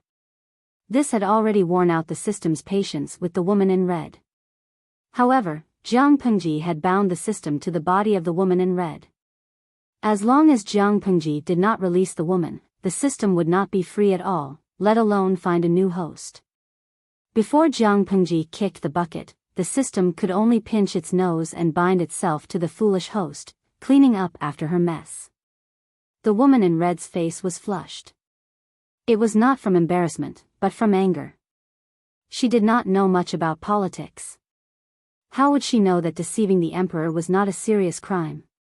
She could only blame the television dramas she had watched in the past. They made her think that deceiving the emperor was a crime that could easily lead to the death of a person's entire family. Speaking of which, it was rather funny. In the past, the reason why the woman in red had been able to thrive was because of the system's golden finger, not her own brain. She had been wholeheartedly focused on how to fight for favor in the palace and how to please the audience in the live broadcast room. When had she ever studied the situation or politics? With the system, her face could be flawless. Her skin was fair and tender. Her figure was as graceful as the devil, and her curves were curvaceous. As for talent, with a skill book, she could be promoted from an ordinary internet celebrity to a global goddess in minutes. With the help of the system, she could not only use her appearance to capture men's attention, but her body was also very mysterious. What were the masterpieces and the white tiger? They were just child's play. There were more mysterious treasures that could make men crave the taste. It was like poison seeping into their bones. It was difficult to quit once they were addicted. If the senses of the body were used as an analogy, a man and a woman in red rolling in the sheets was like eating the world's best delicacy. It could conquer the taste buds in one go. A man and an ordinary woman rolling in the sheets was like eating rancid porridge and sour rotten vegetables. How could the taste be the same? The former was watertight, while the latter was like an inelastic cowhide bag. It was puffing and leaking air. When it came to seducing people, the red-clothed woman was very familiar with them. But when it came to the political situation, she was completely clueless. How could you expect a useless person raised by the system to put in the effort to learn boring politics? She took it for granted that deceiving the emperor was a serious crime. She did not know that the current emperor had no prestige to speak of. The imperial power was loose, and the royal family had lost all face. They could only struggle at death's door. How could they use a chicken feather as a command arrow to deal with a feudal vassal? The woman in red thought that she could succeed, but in the end, she walked right into Jiang Pengji's trap. She was caught and killed by Jiang Pengji. "I don't want to go against her anymore," the red-clothed woman muttered in a low voice. She thought back to her 3 deaths, each one more miserable than the last. She couldn't help but shudder. The system said coldly, "Between you and her, only one can survive. Either you die or she dies. Are you sure you want to give up?" The woman in red was choked to the point that she couldn't speak. In the end, her desire to live overcame her fear. "You really are the stupidest host I've ever seen. You know you can't beat Lu Shi, so why do you keep coming at him? You can achieve your goal by hurting the people around her. You can't get close to Lu Shi personally and give him the level 9 loyalty talisman, but you can use tricks like confusion and control to make the people around her betray her. You have to be flexible. The woman in red suddenly had a flash of insight. To really attack Lu Shi, using Lu Shi as a target is not a bad idea. The system was not optimistic about her choice and poured a bucket of cold water on her. Lu Shi stays in Chongzhou all year round. It doesn't matter if the father and daughter don't meet each other at least once a year. Moreover, based on the hatred between you and Lu Shi, do you think he won't have his guard up? Or do you think that your body can seduce Lu Shi?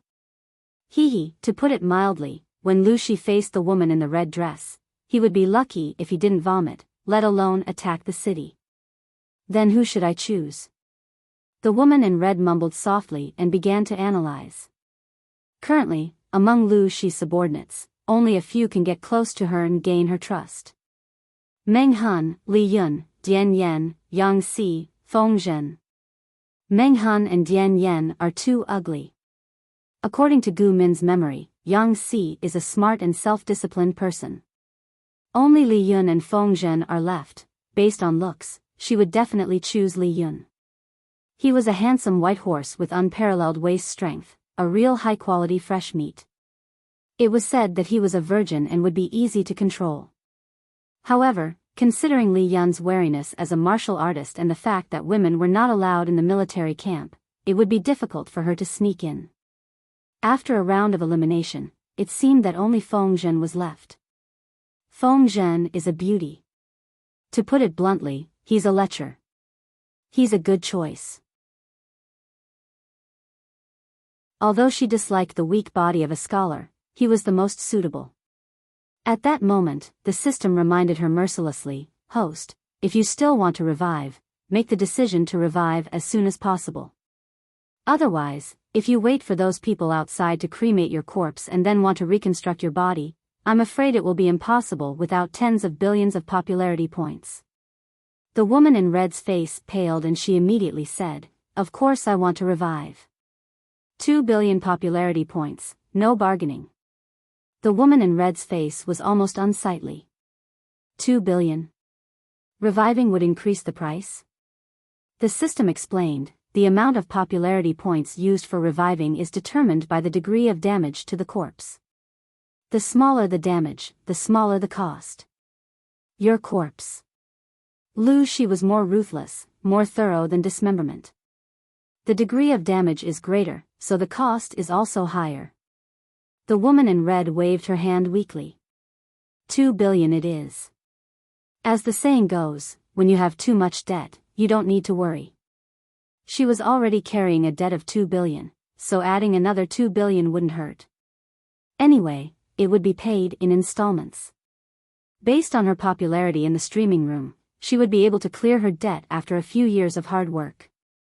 With the system's help, after a gust of demonic wind, the corpse that should have been cremated was swept away, alarming countless officials and making it impossible for them to sleep at night. Jiang Pengji, on the other hand, ate well and slept soundly. She slept dreamlessly until dawn. She was already the magistrate of Wanzhou, so she couldn't leave the base camp for too long. The mission of the Alliance army to rescue the king was almost complete. She should also pack up and prepare to return home.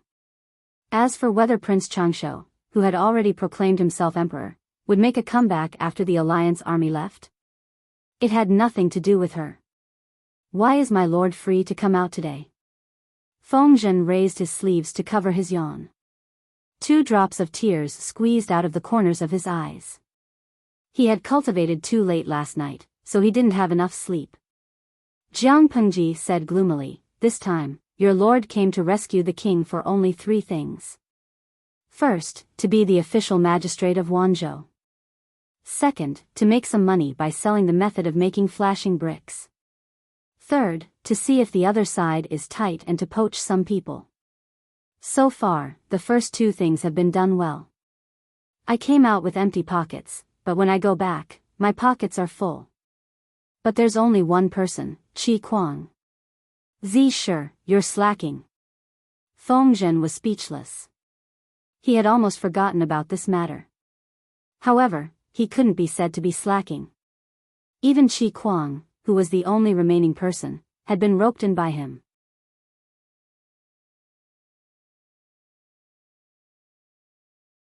Chapter 764. There are no corners in this world that can't be pried open, only people who don't work hard. Jiang Pengji readily accepted Feng Zhen's advice and made him swallow his words. Think about the whole of Wanzhou. There's so little land and so few people. You have to do everything yourself. Sooner or later, you'll die of exhaustion at the desk. Jiang Pengji was just short of telling Feng Zhen, if you still want breaks, young ladies, wine, and delicacies, hurry up and get to work. Even if she didn't say it clearly, with Feng Zhen's IQ, how could he not understand the deeper meaning behind her words? It was precisely because he understood that he regretted it even more. Of all the things she should not have done, she should not have rushed over after receiving Wei Si's letter. Now he had plunged into a bottomless pit of overtime, endured Jiang Pengji's exploitation, and had no proper breaks all year round. For a prodigal son, no private time meant no chance to live a dissolute life, no chance to interact with various young ladies. He had nothing to live for. It's just that this also depends on fate. It can't be forced, Feng Zhen weakly tried to defend himself. It was useless to poach ordinary people. Top talents weren't radishes that grew legs and could be bought at wholesale prices. It depended on fate. Besides, for the sake of the internal harmony of the entire Wanzhou group, Feng Zhen couldn't bring all the good and bad people to his own family, could he? If Feng Zhen dared to do so, would Jiang Pengji dare to accept those uneven talents? Sigh, sometimes I'm quite envious of those with good backgrounds and big businesses. At least they don't have to worry about talent. Jiang Pengji looked at the desolate and deserted streets and complained in a low voice, the Su brothers are fine, but I can't even compare to Bogeo. Jiang Pengji wouldn't admit defeat in other aspects, but in terms of personal charm, she was a nameless wildflower by the roadside. No matter how hard she tried to bloom, she still couldn't compare to flowers like peonies and medicinal peonies that attracted butterflies and bees. That was a real pain in the ass. Feng Zhen was 2 steps behind Jiang Pengji. When he heard her complaints, he couldn't help but laugh. It's clearly the Lord who's stubborn and concealing her shortcomings. How is it that you're inferior to others? Feng Zhen wasn't comforting Jiang Pengji. He was speaking the truth. Jiang Pengji's current situation was not her own doing. Even though the Lus in Hejian County were not considered the top aristocratic families, they were still in the middle of the second tier.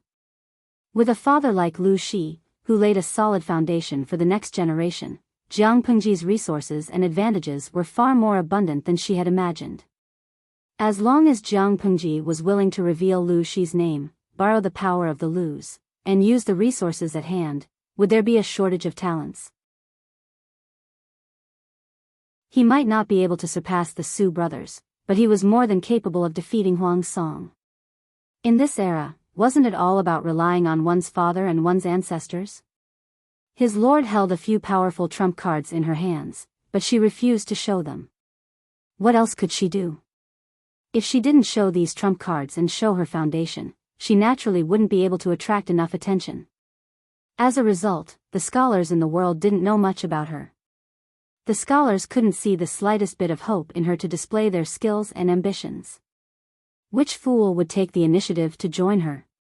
To put it simply, she clearly had the qualifications to rely on her father and ancestors, but she insisted on starting from scratch. Wasn't this looking for abuse? Not only did his lord want to abuse herself, but she also wanted to drag her subordinates along with her. This was very torturous. However, Feng Zhen seemed unreliable, but in fact, he had a clear mind. He could see through everything. His lord refused to borrow the power of her father and the clan. It was obvious that she wanted to stir up trouble. She was born into an aristocratic family, but she wanted to attack the aristocratic families. Did you think this child was a bear? Jiang Pengji waved her hand weakly and frowned.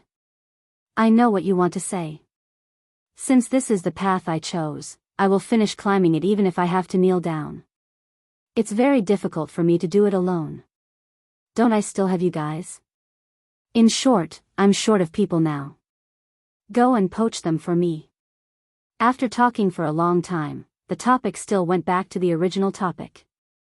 Feng Zhen expressed that he was weak and didn't have the strength to wield a hoe. Jiang Pengji was so angry that she laughed. She stood still and asked him, "Then what do you want?" Feng Zhen muttered to himself for a while and said, "Speaking of which, there are many places in the imperial city where one can seek pleasure and relax the body and mind. It's rare for me to come here. If I don't see the scenery of the human world, wouldn't I have come for nothing? I really don't have any other intentions. I just want to go and experience it." Jiang Pengji chuckled. An old mask that has seen thousands of sails wants to go and experience it. This is definitely the coldest joke I've ever heard.